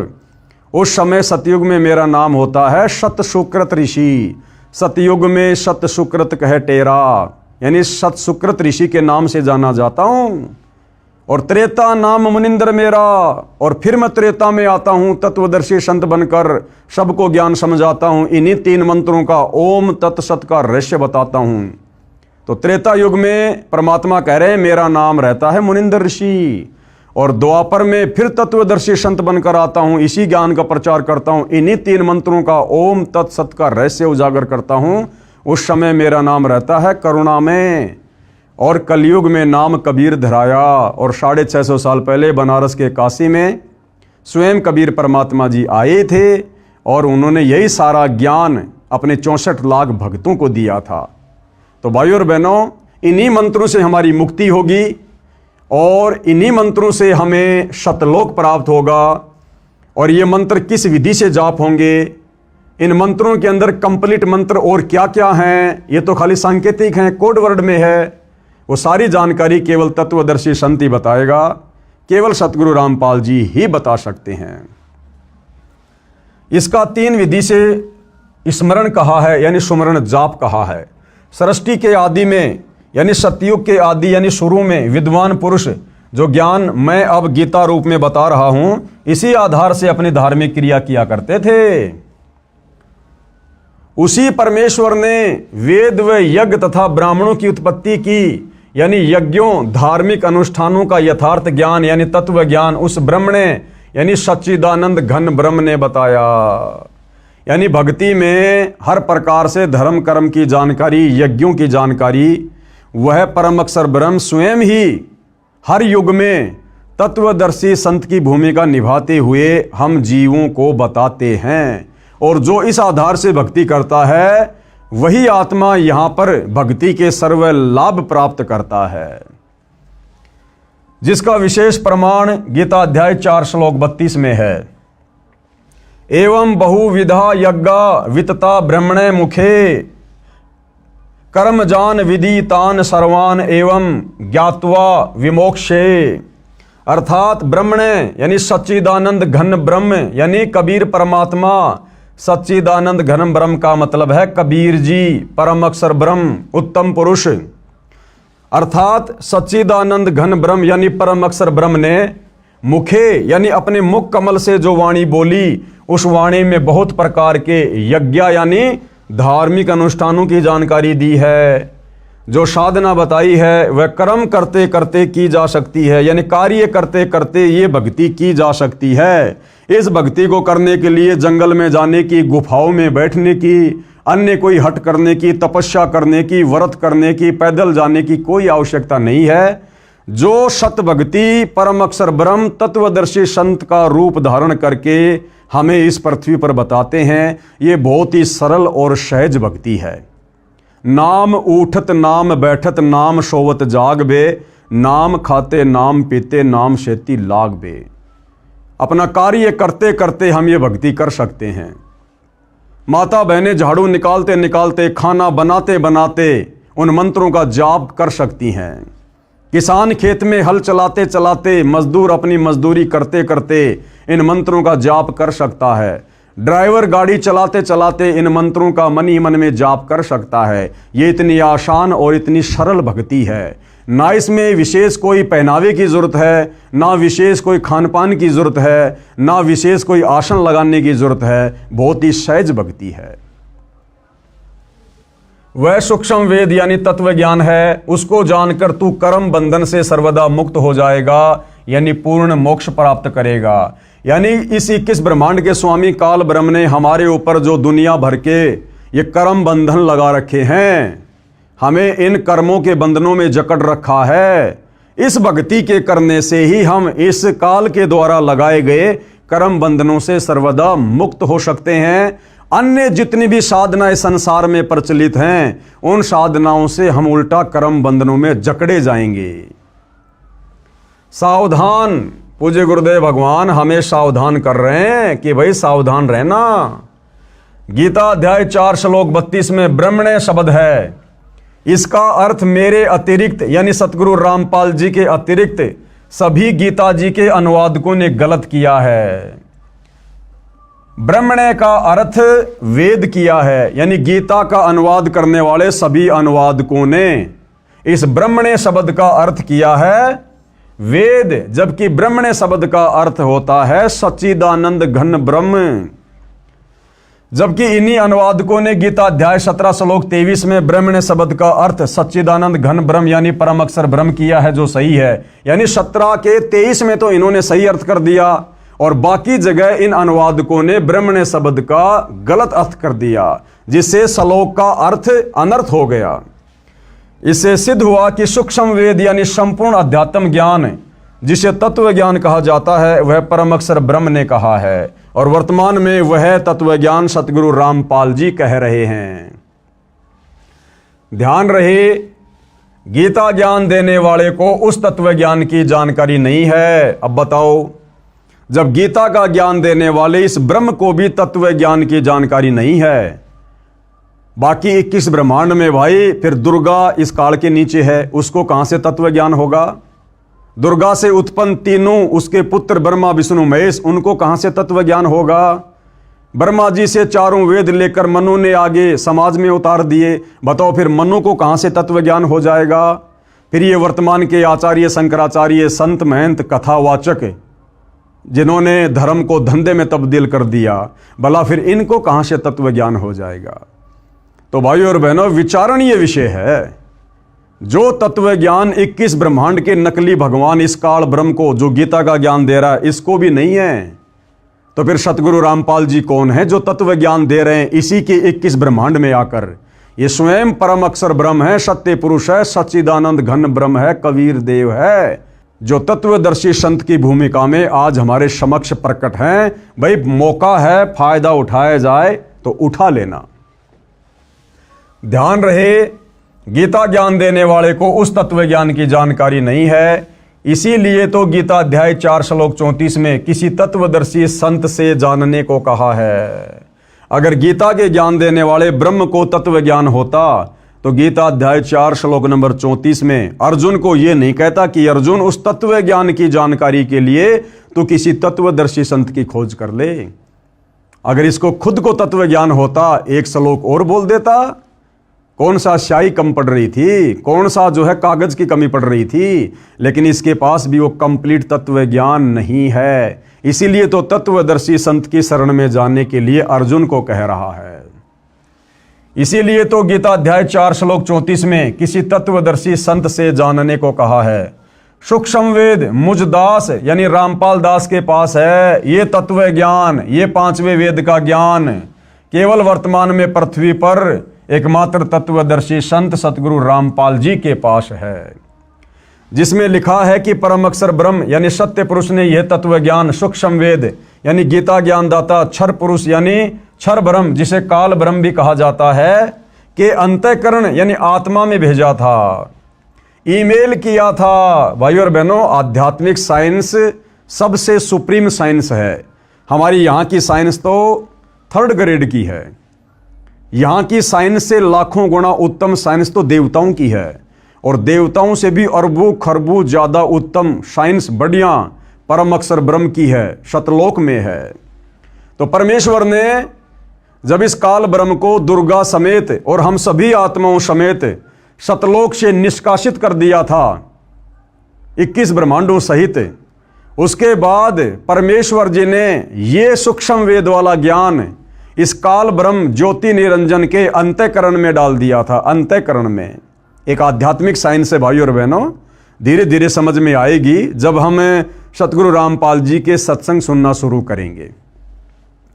दास ने आपको पिछले वीडियो में बताया था कि जब इस काल ब्रह्म ने उस ज्ञान को देखा पढ़ा तो इसको चिंता हो गई कि इसमें तो मेरी सारी सच्चाई बोल रखी है।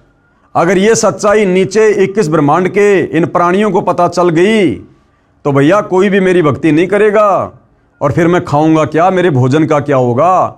क्योंकि इसको श्राप लगा हुआ है परम अक्षर ब्रह्म की तरफ से, जो गलती इसने सतलोक में की थी कि तू प्रतिदिन 1 लाख मानव शरीरधारी स्त्री पुरुषों के सूक्ष्म शरीर की वासना खाएगा, उनका मैल खाएगा, वो गंदगी खाएगा।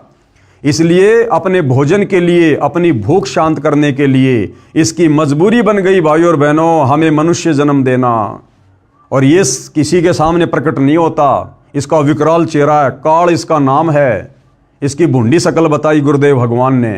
इसलिए ये अपने तीनों पुत्रों ब्रह्मा विष्णु महेश को भी दर्शन नहीं देता, उनसे भी छुपकर 21वें ब्रह्मांड में ब्रह्मलोक में रहता है, और अपने तीनों पुत्रों ब्रह्मा विष्णु महेश को मूर्ख बना रखा है। इन्हीं के माध्यम से अपने भोजन की व्यवस्था करवा रहा है।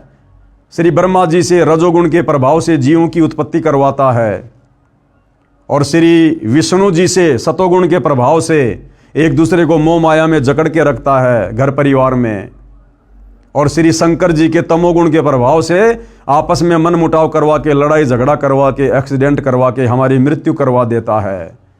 और अपने भोजन की इस प्रकार से इसने व्यवस्था कर रखी है। तो जब उस परम अक्षर ब्रह्म ने, सत्य पुरुष ने, कबीर देव ने जब इसको सतलोक से बाहर निकाला था, उसके बाद इसके अंतःकरण में ये सारा का सारा ज्ञान फीड कर दिया। जब इसने वो ज्ञान देखा तो इसको चिंता बन गई कि भैया ये तो बात बिगड़ेगी, तेरे बारे में तो सारी सच्चाई लिखी हुई है, तो तेरी भूख कैसे मिटेगी। तो इसने क्या किया भाइयों और बहनों, जल्दबाजी में इसने वो मुख्य ज्ञान जो मुक्ति का था, मोक्ष का था, वो ज्ञान इसने जल्दबाजी में नष्ट कर दिया, और बाकी ज्ञान वेद रूप में अपने बड़े पुत्र ब्रह्मा जी को समुद्र मंथन के दौरान दे दिया। ब्रह्मा जी ने वो ज्ञान आगे अपने वंशजों को दे दिया, मनु को दे दिया, मनु ने फिर आगे आम समाज में उतार दिया, और फिर आज से लगभग 5500 वर्ष पहले द्वापर में वेद व्यास जी को दिव्य दृष्टि देकर उस ज्ञान को जो का त्यों वेदों के रूप में लिपिबद्ध करवा दिया, जो वेद आज आम समाज में है। तो गुरुदेव भगवान क्या कह रहे हैं कि वो सूक्ष्म वेद वाला ज्ञान, जो ज्ञान इन चारों वेदों में नहीं है, जिस ज्ञान को इस काल ब्रह्म ने नष्ट कर दिया था, वो सूक्ष्म ज्ञान देने के लिए वो परम अक्षर ब्रह्म, वो कबीर परमात्मा फिर सतलोक से चलकर स्वयं धरती पर तत्वदर्शी संत के रूप में प्रकट होता है। इसलिए कहा है कि 21 ब्रह्मांड में किसी के पास वो मुक्ति का ज्ञान नहीं है, मुक्ति का मार्ग नहीं है, तत्व ज्ञान नहीं है। अब सतगुरु रामपाल जी क्या कह रहे हैं कि सूक्ष्म वेद मुझदास रामपाल दास के पास है। तो भाइयों और बहनों आप विचार कर लेना, सतगुरु रामपाल जी कौन है जिनके पास सूक्ष्म वेद है, सूक्ष्म ज्ञान है। ये स्वयं परम अक्षर ब्रह्म है, जिसमें लिखा है कि परम अक्षर ब्रह्म यानी सत्य पुरुष ने यह तत्व ज्ञान, सूक्ष्म वेद, गीता ज्ञान दाता, क्षर पुरुष, इस काल को क्षर पुरुष भी कहते हैं। क्षर का मतलब होता है नासवान, जिसकी जन्म और मृत्यु होती है।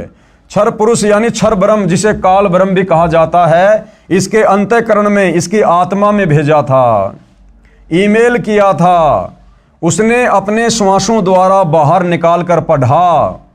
इसने देखा कि इसमें परम अक्षर ब्रह्म का ज्ञान है, यानी सतलोक का ज्ञान है, इसमें तो पूर्ण परमात्मा का भी ज्ञान है, वहां का सुख तथा यहां काल लोक का दुख लिखा है। इसने विचार किया कि यदि मेरे 21 ब्रह्मांडों में रहने वाले प्राणियों को सत्यलोक के सुख का तथा उसमें जाने वाली भक्ति का पता चला तो सब भाग जाएंगे, मेरी सुधा यानी भूख कैसे शांत होगी।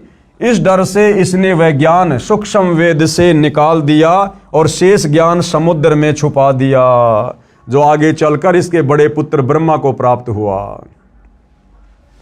सूक्ष्म वेद के अनुसार सागर मंथन के समय 4 वेद निकाले, वे ब्रह्मा जी ने पढ़े। फिर यही वेद ज्ञान काल ब्रह्म ने ब्रह्मा का रूप धारण करके सूर्य देव को बताया। सूर्य देव कौन? ये आग का गोला नहीं, इस आग के गोले सूर्य के ऊपर जिस देव का कंट्रोल है, आधिपत्य है, वो सूर्य देव जो मनुष्य रूप में है, देव रूप में है। जिस प्रकार भाइयों और बहनों परिवहन मंत्री होता है, तो परिवहन मंत्री कोई परिवहन का साधन थोड़ी होता है, कोई बस थोड़ी होती है, कोई ट्रक थोड़ी होता है। परिवहन मंत्री मतलब वो एक व्यक्ति है, इंसान है, जो परिवहन के साधनों पर कंट्रोल रखता है। इसी प्रकार सूर्य देव एक देवता अलग है, और ये जो सूर्य है, आग का गोला, ये एक अलग है। फिर यही वेद ज्ञान काल ब्रह्म ने ब्रह्मा का रूप धारण करके सूर्य देव को बताया। सूर्य ने अपने पुत्र ऋषि स्वयंभू मनु को चारों वेदों वाला ज्ञान बताया। वह सतयुग का समय था। फिर इस काल ब्रह्म ने ब्रह्मा रूप धारण करके सूर्य ऋषि को बताया। गीता अनुसार गीता ज्ञान देने वाले काल ब्रह्म ने वेद ज्ञान सूर्य से कहा। सूर्य ने अपने पुत्र मनु को बताया। मनु ने अपने पुत्र इक्ष्वाकु को बताया। फिर कुछ राज ऋषियों ने सुना। 4 युग, सतयुग जो 17,28,000 वर्ष का है, त्रेता युग जो 12,96,000 वर्ष का समय है, द्वापर युग जो 8,64,000 वर्ष का समय है, और कलयुग जो 4,32,000 वर्ष का समय है। विशेष इससे दास ये सिद्ध करना चाहता है कि जिस समय श्रीमद् भगवत गीता का ज्ञान अर्जुन को बताया, उस समय सतयुग त्रेता युग पूरे जा चुके थे। यानी भाइयों और बहनों, जिस समय इस काल ब्रह्म ने महाभारत के युद्ध में, कुरुक्षेत्र के मैदान में ये गीता जी का ज्ञान बोला था, उससे पहले तो सतयुग 39 लाख वर्ष बीत चुका था। और ये ज्ञान भाइयों और बहनों सतयुग में 1 लाख वर्ष के बाद धीरे धीरे नष्ट होना शुरू हो गया था, ये वेद ज्ञान। अब ये बीच में कितना गैप हो गया, लगभग 38 लाख वर्ष तक दुनिया वेदों के अनुसार नहीं बल्कि मनमाना आचरण करती हुई आ रही है।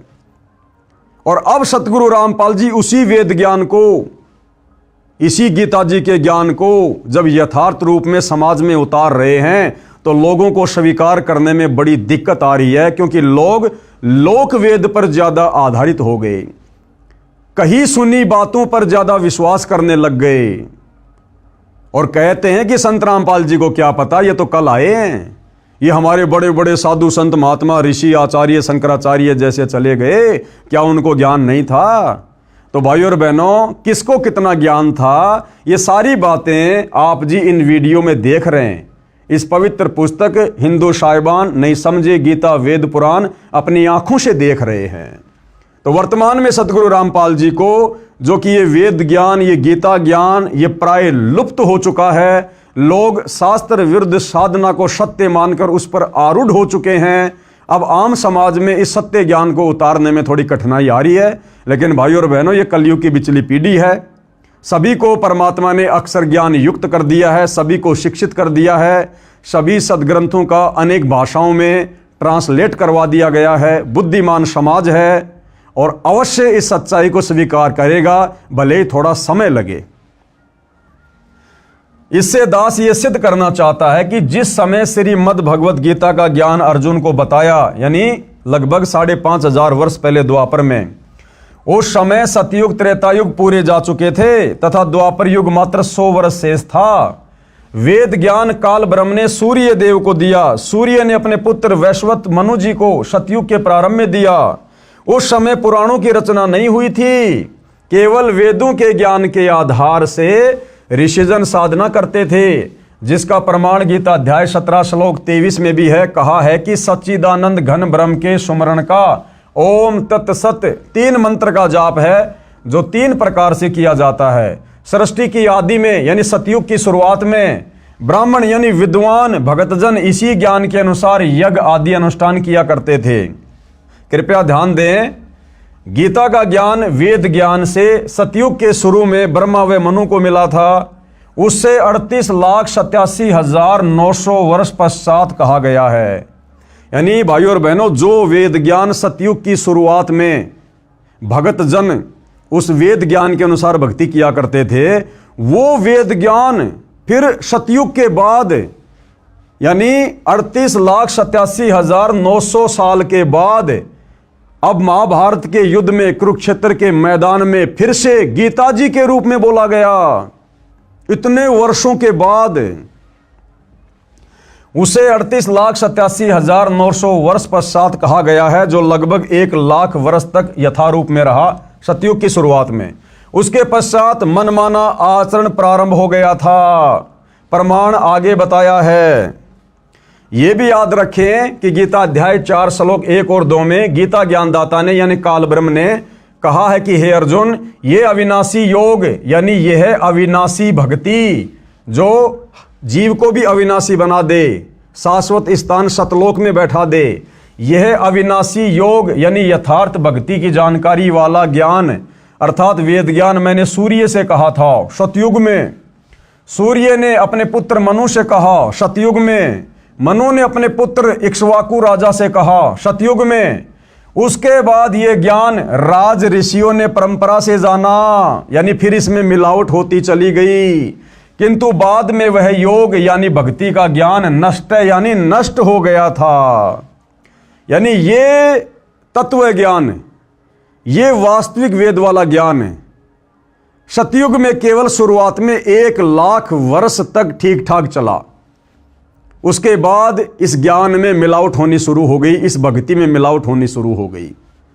और उस वेद ज्ञान को जो सतयुग में शुरुआत में 1,00,000 वर्ष तक सही चला था, फिर उस ज्ञान को दोबारा से गीता ज्ञान के रूप में द्वापर युग के लास्ट में बोला गया काल ब्रह्म के द्वारा। यानी 38,87,900 साल बाद वही वास्तविक वेद ज्ञान दोबारा महाभारत के युद्ध में कुरुक्षेत्र के मैदान में बोला गया। इस बीच भाई और बहनों 38,00,000 वर्ष तक ये दुनिया शास्त्र विरुद्ध साधना करती आ रही है, वेद ज्ञान के विरुद्ध साधना करती हुई आ रही है। और अब इस ज्ञान को, इस गीता वाले ज्ञान को भी काल प्रेरणा से नकली संतों ने, महर्षियों ने, शंकराचार्यों ने उलझ पुलझ कर दिया है। और अब सतगुरु रामपाल जी उस यथार्थ ज्ञान को, वेदों वाले ज्ञान को, वेदों से ऊपर सूक्ष्म वेद वाले ज्ञान को जब आम समाज में उतारना चाह रहे हैं, तो आत्माएं इतना जल्दी स्वीकार करने को तैयार नहीं हो रही हैं। क्योंकि हमारे साधु संत महात्माओं ने, हमारे धर्मगुरुओं ने हमारे हृदय में लाखों वर्षों से झूठ बोल बोल कर, शास्त्र विरुद्ध ज्ञान दे देकर अज्ञान ठोक दिया। अज्ञान, अब इस अज्ञान को निकालने में भाई और बहनों परमात्मा को थोड़ा समय लग रहा है, लेकिन ये उनके द्वारा निर्धारित किया गया भक्ति का ठीक समय है।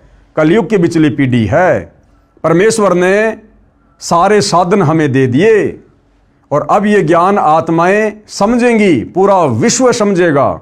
आने वाले समय में पूरा विश्व सतगुरु रामपाल जी की ही शत भक्ति करेगा, इन्हीं की शरण को अपनाएगा। अन्यथा लोग बहुत ज़्यादा दुखी हो जाएंगे, परेशान हो जाएंगे और अंत में दुखी होकर सतगुरु रामपाल जी की शरण में आने के अलावा दूसरा कोई ऑप्शन पृथ्वी पर किसी के पास नहीं रहेगा। लेकिन जो ज्ञान को आधार बनाकर समय रहते ज्ञान को स्वीकार कर लेंगे तो अच्छा है। अन्यथा भाई और बहनों, आप युग परिवर्तन के दौर में जी रहे हैं। 2028 फिक्स है, तबाही मचेगी। कहीं प्राकृतिक आपदाएं, कभी सूखा पड़ेगा, अति वर्षा होगी, अतिवृष्टि होगी, अनावृष्टि होगी, कहीं भूकंप आएगा, कहीं बीमारियां आएंगी, कहीं युद्ध होगा, कहीं गृह युद्ध होगा। तो अंत में यदि सुरक्षा चाहिए तो सतगुरु रामपाल जी की शरण ही एकमात्र विकल्प है। और इस अनुसार जो शास्त्र विधि अनुसार ज्ञान सतगुरु रामपाल जी बता रहे हैं, भक्ति दे रहे हैं, इस शास्त्र विधि अनुसार इस ज्ञान को, इस भक्ति को, इस योग को हमने अंत में अपनाना पड़ेगा। दूसरा कोई तरीका सुख प्राप्ति का नहीं है। किंतु बाद में वह योग यानी भक्ति का ज्ञान नष्ट यानी नष्ट हो गया था, यानी लुप्त हो गया। इससे स्पष्ट होता है कि सतयुग में लगभग 1,00,000 वर्ष तक जो वर्तमान में गीता ज्ञान है, वेद ज्ञान के आधार से साधना की जाती रही। उसके पश्चात मनमाना आचरण शुरू हो गया था, क्योंकि राजा इक्ष्वाकु का परपौत्र नाभिराज हुआ, जो कि अयोध्या का राजा था, तथा अंतिम कुलकर यानी कुल की मर्यादा का पालन करने वाला अर्थात वेद ज्ञान अनुसार साधक था। यानी सतयुग की शुरुआत में अयोध्या का राजा नाभिराज, जिसने लगभग 1 लाख वर्ष तक अयोध्या में राज किया, तो नाभिराज तक तो भाई और बहनों ये वेद ज्ञान था, वेद ज्ञान अनुसार भक्ति होती थी। नाभिराज के बाद में अयोध्या की गद्दी पर बैठा उसका बेटा ऋषभदेव। ऋषभदेव जैन धर्म के लोग जिसे अपना प्रथम तीर्थकर मानते हैं, जैन धर्म का उत्पत्ति कर्ता मानते हैं। तो नाभिराज के बाद सतयुग में अयोध्या का राजा बना ऋषभदेव, और उस ऋषभदेव ने भाई और बहनों फिर मनमाना आचरण करना शुरू कर दिया था।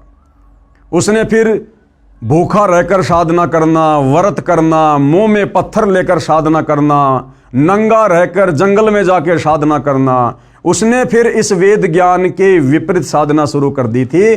और उसी समय से यानी सतयुग 1 लाख वर्ष बीतने के बाद से लेकर वर्तमान समय तक, जब तक सतगुरु रामपाल जी ने सन 1994 से वापस ये यथार्थ शतभक्ति देनी शुरू नहीं की थी, तब तक भाई और बहनों ये दुनिया मनमाना आचरण करती हुई आ रही है। क्योंकि राजा इक्ष्वाकु का परपौत्र नाभिराज हुआ, जो अयोध्या का राजा था तथा अंतिम कुलकर यानी कुल की मर्यादा का पालन करने वाला अर्थात वेद ज्ञान अनुसार साधक था। उसके बाद नाभिराज का पुत्र राजा ऋषभदेव हुआ, जो जैन धर्म का प्रथम तीर्थकर हुआ, जिसने शास्त्र विधि त्याग कर मनमाना आचरण करके साधना की, भक्ति की।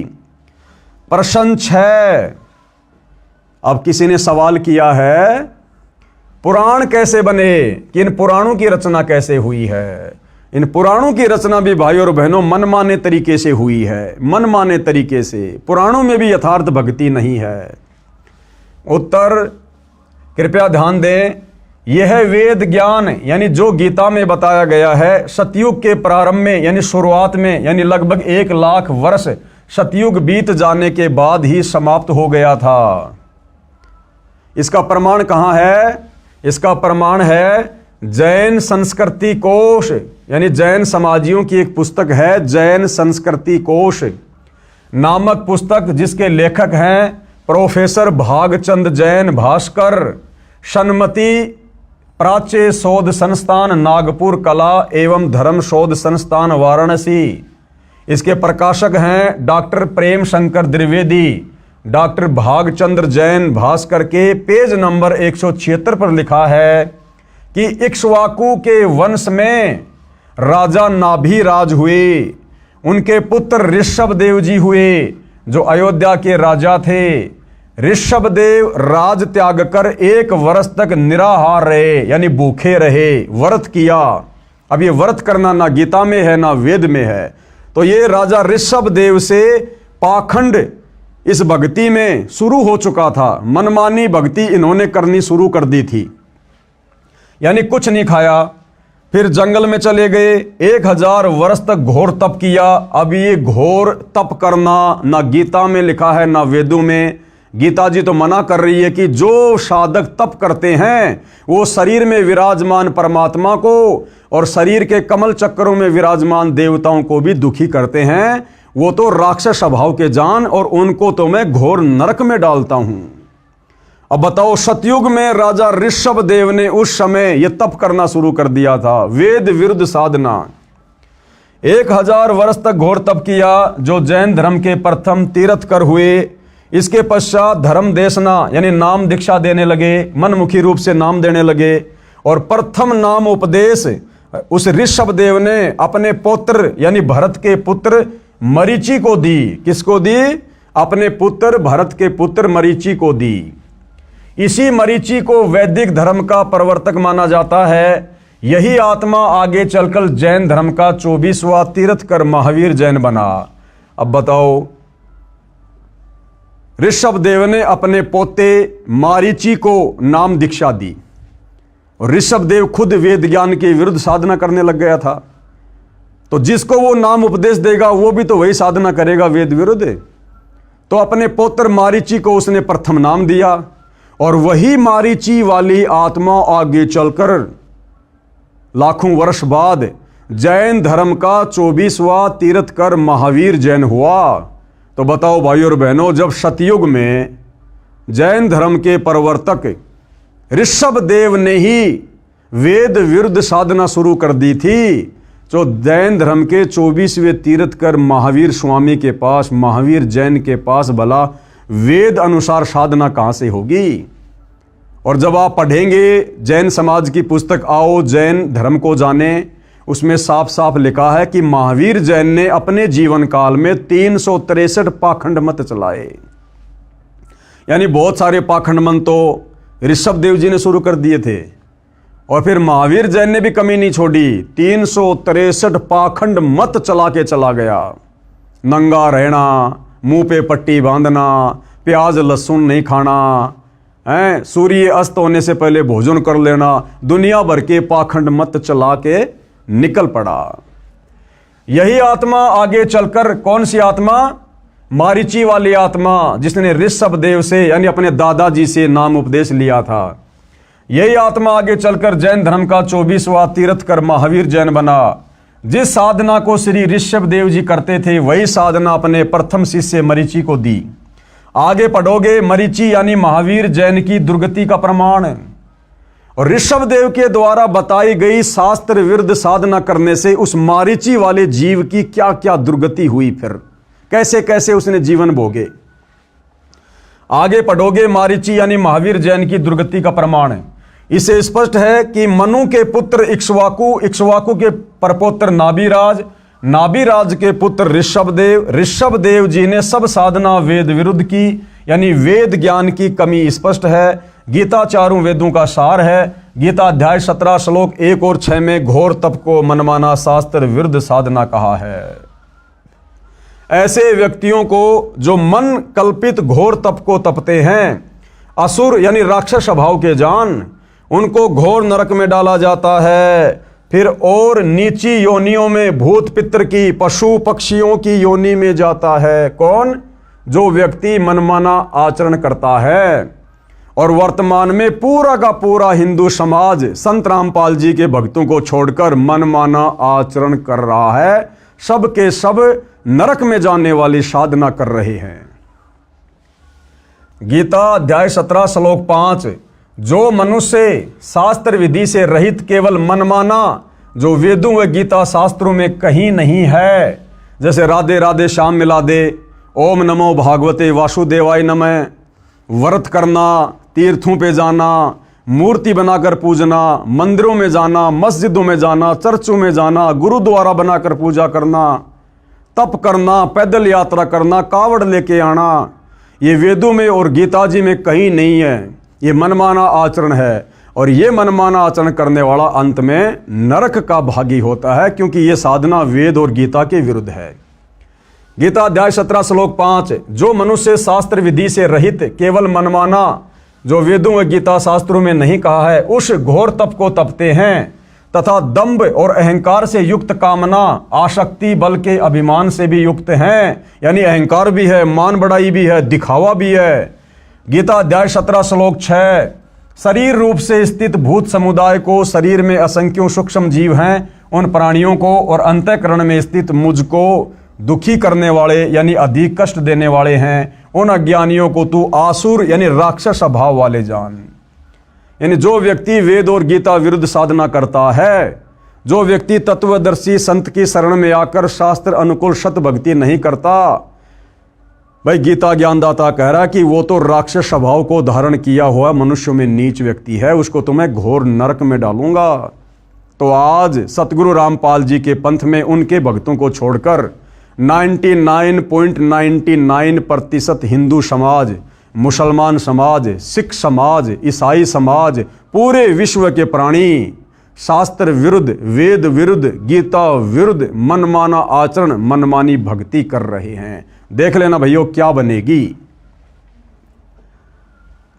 ऋषियों ने मनमाना आचरण तथा कुछ वेद के आधार से ओम नाम का जाप किया तथा हठ योग, घोर तप किया, समाधियां लगाई, अपनी अपनी साधना का अनुभव बताना शुरू किया, शिष्य बनाने लगे। उनको जो ज्ञान ब्रह्मा जी से सुना था वह तथा कुछ अपना अनुभव हुआ, उसको मिलाकर पुराणों की रचना की। इस प्रकार से भाइयों और बहनों ये 18 पुराणों की रचना हुई है। ये वेद अनुसार साधना तो सतयुग की शुरुआत में नष्ट हो गई थी।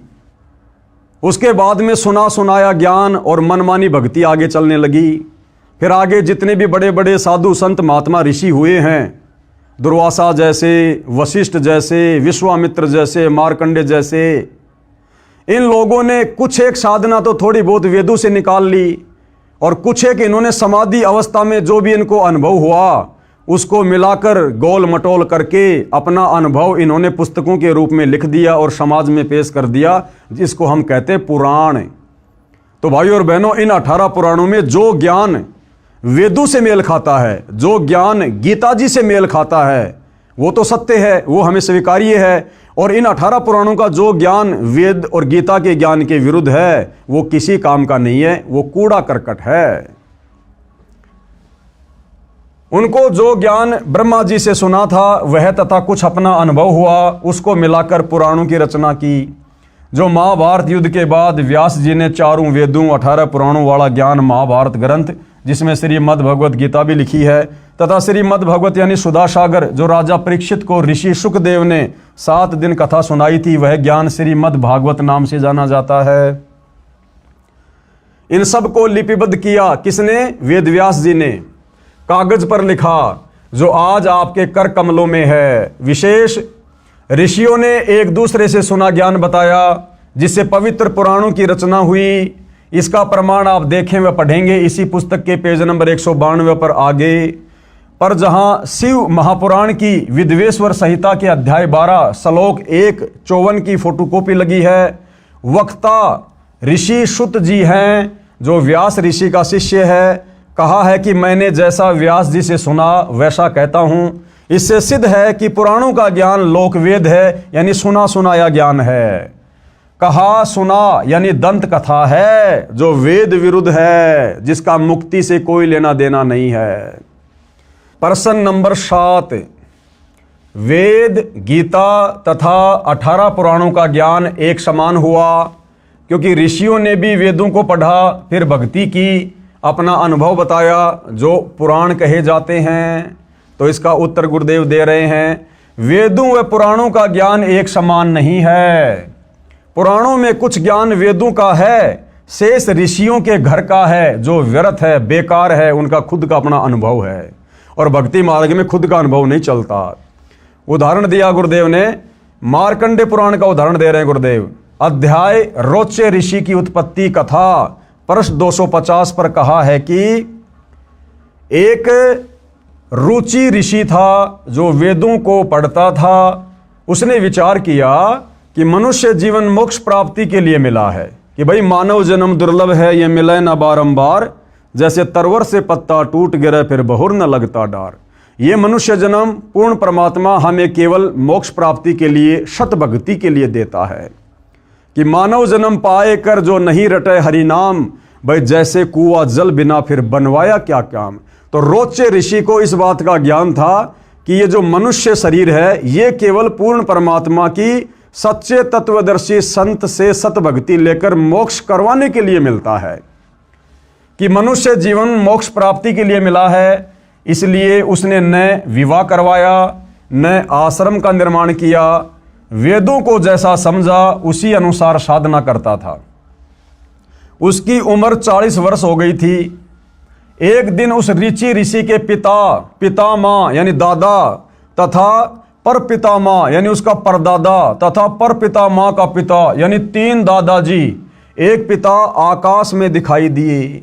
उस रोचे ऋषि के पूर्वज जो मर चुके थे, दादा परदादा उसका दादा, एक दिन उसको आकाश में दिखाई दिए।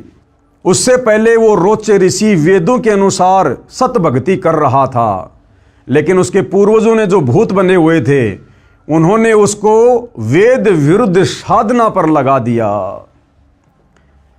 तथा परपितामह का पिता यानी 3 दादाजी, एक पिता आकाश में दिखाई दिए। बोले, बेटा रुचि, तूने विवाह क्यों नहीं करवाया?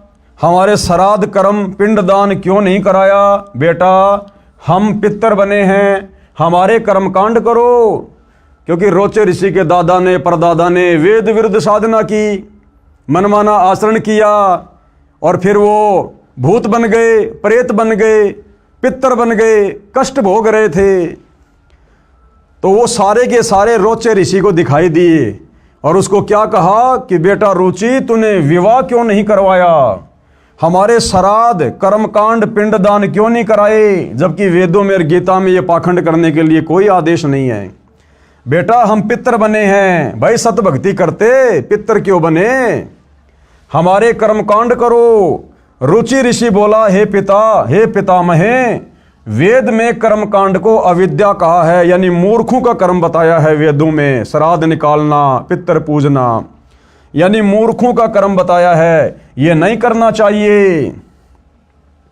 पितर बोले, बेटा ये सत्य है। वो पितर क्या कह रहे हैं कि बेटा रुचि, बिल्कुल वेदों में ऐसा ही लिखा है कि श्राद्ध नहीं निकालने चाहिए, ये पितर पूजा नहीं करनी चाहिए, कोई भी कर्म कांड नहीं करना चाहिए। पितर बोले, बेटा ये सत्य है कि वेदों में कर्मकांड यानी भूत पूजा, पितर पूजा, देव पूजा को अविद्या यानी मूर्खों की साधना कहा है।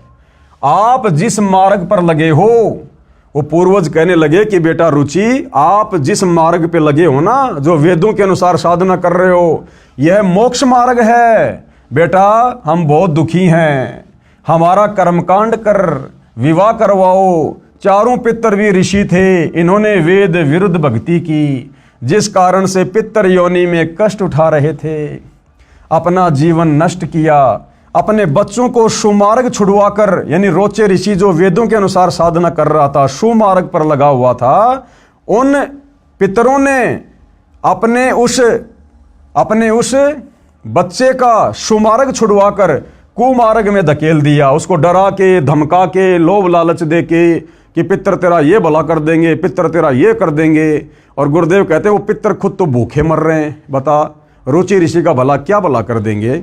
लेकिन उस वेद अनुसार साधना पर लगे हुए रुचि ऋषि को भी उन पितरों ने भ्रमित कर दिया और वेद विरुद्ध साधना पर लगा दिया, कर्म कांड में लगा दिया।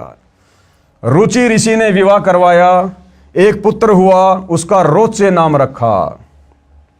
अब इस कथा का क्या सार है, गुरुदेव हमें वो समझाना चाहते हैं। इस कथा का सार क्या है? रुचि ऋषि ने कहा कि कर्मकांड यानी पितर पूजा, भूत पूजा, देव पूजा को वेदों में गलत बताया है। पितर भी ऋषि थे, वेद याद कर रखे थे, पढ़ते भी थे, वे तुरंत मान गए कि वेद में ऐसा ही लिखा है। यह जो वेद ज्ञान है ये वेदों से लिया सत्य है, परंतु कर्मकांड ऋषियों के घर का है। ये ऋषि क्या करते थे, ज्ञान तो वेदों का बताते थे, लेकिन ये कर्मकांड अपनी तरफ से करवाते और करते थे। ये वेदों से लिया सत्य है, परंतु कर्मकांड ऋषियों के घर का है, नरक का मार्ग है, ये हमने नहीं करना है। गीता अध्याय 9 श्लोक 25 में वेद ज्ञान इस प्रकार है। अब भाइयों और बहनों, गीता अध्याय 9 श्लोक नंबर 25 में ये पितर पूजने के विषय में, भूत पूजने के विषय में, श्राद्ध निकालने के विषय में क्या दिशा निर्देश हैं। देवताओं को पूजने वाले देवताओं को प्राप्त होंगे, यानी जो लोग देवी देवताओं की पूजा करते हैं, जिन देवी देवताओं की पूजा करने के लिए गीता जी मना कर रही है, गीता अध्याय 7 श्लोक नंबर 12 से 15 में वेद मना कर रहे हैं, तो जो व्यक्ति देवी देवताओं की पूजा करेगा, मरने के बाद वो देवी देवताओं के लोक में चला जाएगा और उनका नौकर बनेगा, थोड़े बहुत समय रहेगा, फिर नरक में ठोक दिया जाएगा। और पितरों को पूजने वाले यानी श्राद्ध निकालने वाले, पिंडदान आदि करने वाले, ये पितरों को प्राप्त होंगे, यानी जहां उनके पूर्वज बैठे हुए हैं वो भी वहीं जाकर पितर बन जाएंगे, अपना जीवन बर्बाद करेंगे, यानी पितर बनते हैं।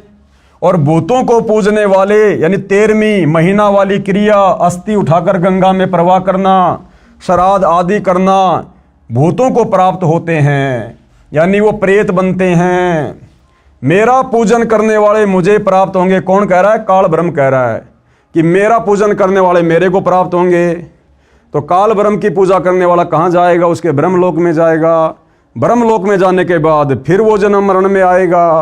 तो 21 ब्रह्मांड में भाइयों और बहनों काल तक की पूजा से मोक्ष नहीं है। ये सारी बातें कहाँ लिखी है? गीता अध्याय 9 श्लोक नंबर 25 का सारांश है ये। जैन संस्कृति कोश पुस्तक के पेज नंबर 176 पर लिखा है कि राजा नाभि राज अंतिम कुल कर थे, यानी सतयुग में राजा नाभिराज अंतिम राजा थे जो वेदों के अनुसार साधना किया करते थे। कुलकर का अर्थ है जो अपने कुल की मर्यादा के अनुसार धर्म करता था। उसके बाद तो खाली झूठी फीत लगाई थी रामचंद्र जी के नाम के आगे, पुरुषोत्तम पुरुषोत्तम। ये मर्यादा ये तो सतयुग में 1 लाख वर्ष के बाद राजा नाभिराज के बाद समाप्त हो चुकी थी। अयोध्या के राजा नाभिराज थे। नाभिराज इक्ष्वाकु वंशी था, वेदों अनुसार साधना करता था, वह अंतिम था। उसके पश्चात उसके पुत्र ऋषभ देव जी ने वेद के विरुद्ध मनमाना आचरण प्रारंभ किया। 1 वर्ष तक निराहार रहा यानी भूखा रहा तथा 1000 वर्ष तक घोर तप किया।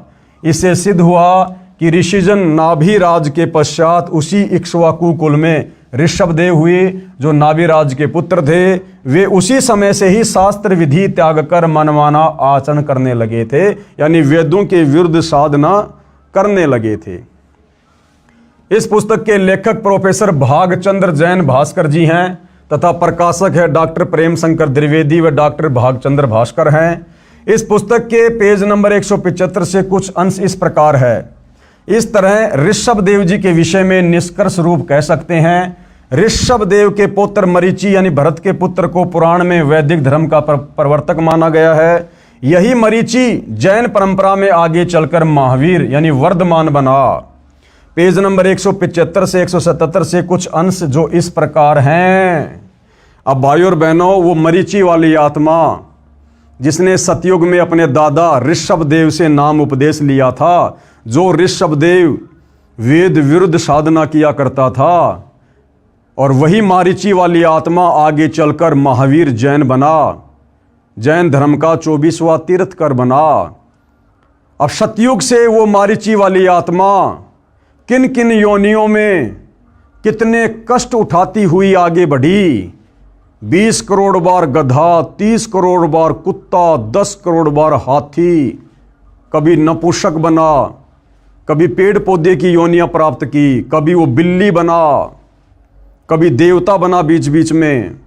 यानी कैसी कैसी दुर्गति उस मारीची वाली आत्मा की हुई, जिस मारीची वाली आत्मा ने ऋषभ देव से उपदेश लेकर भक्ति शुरू की थी।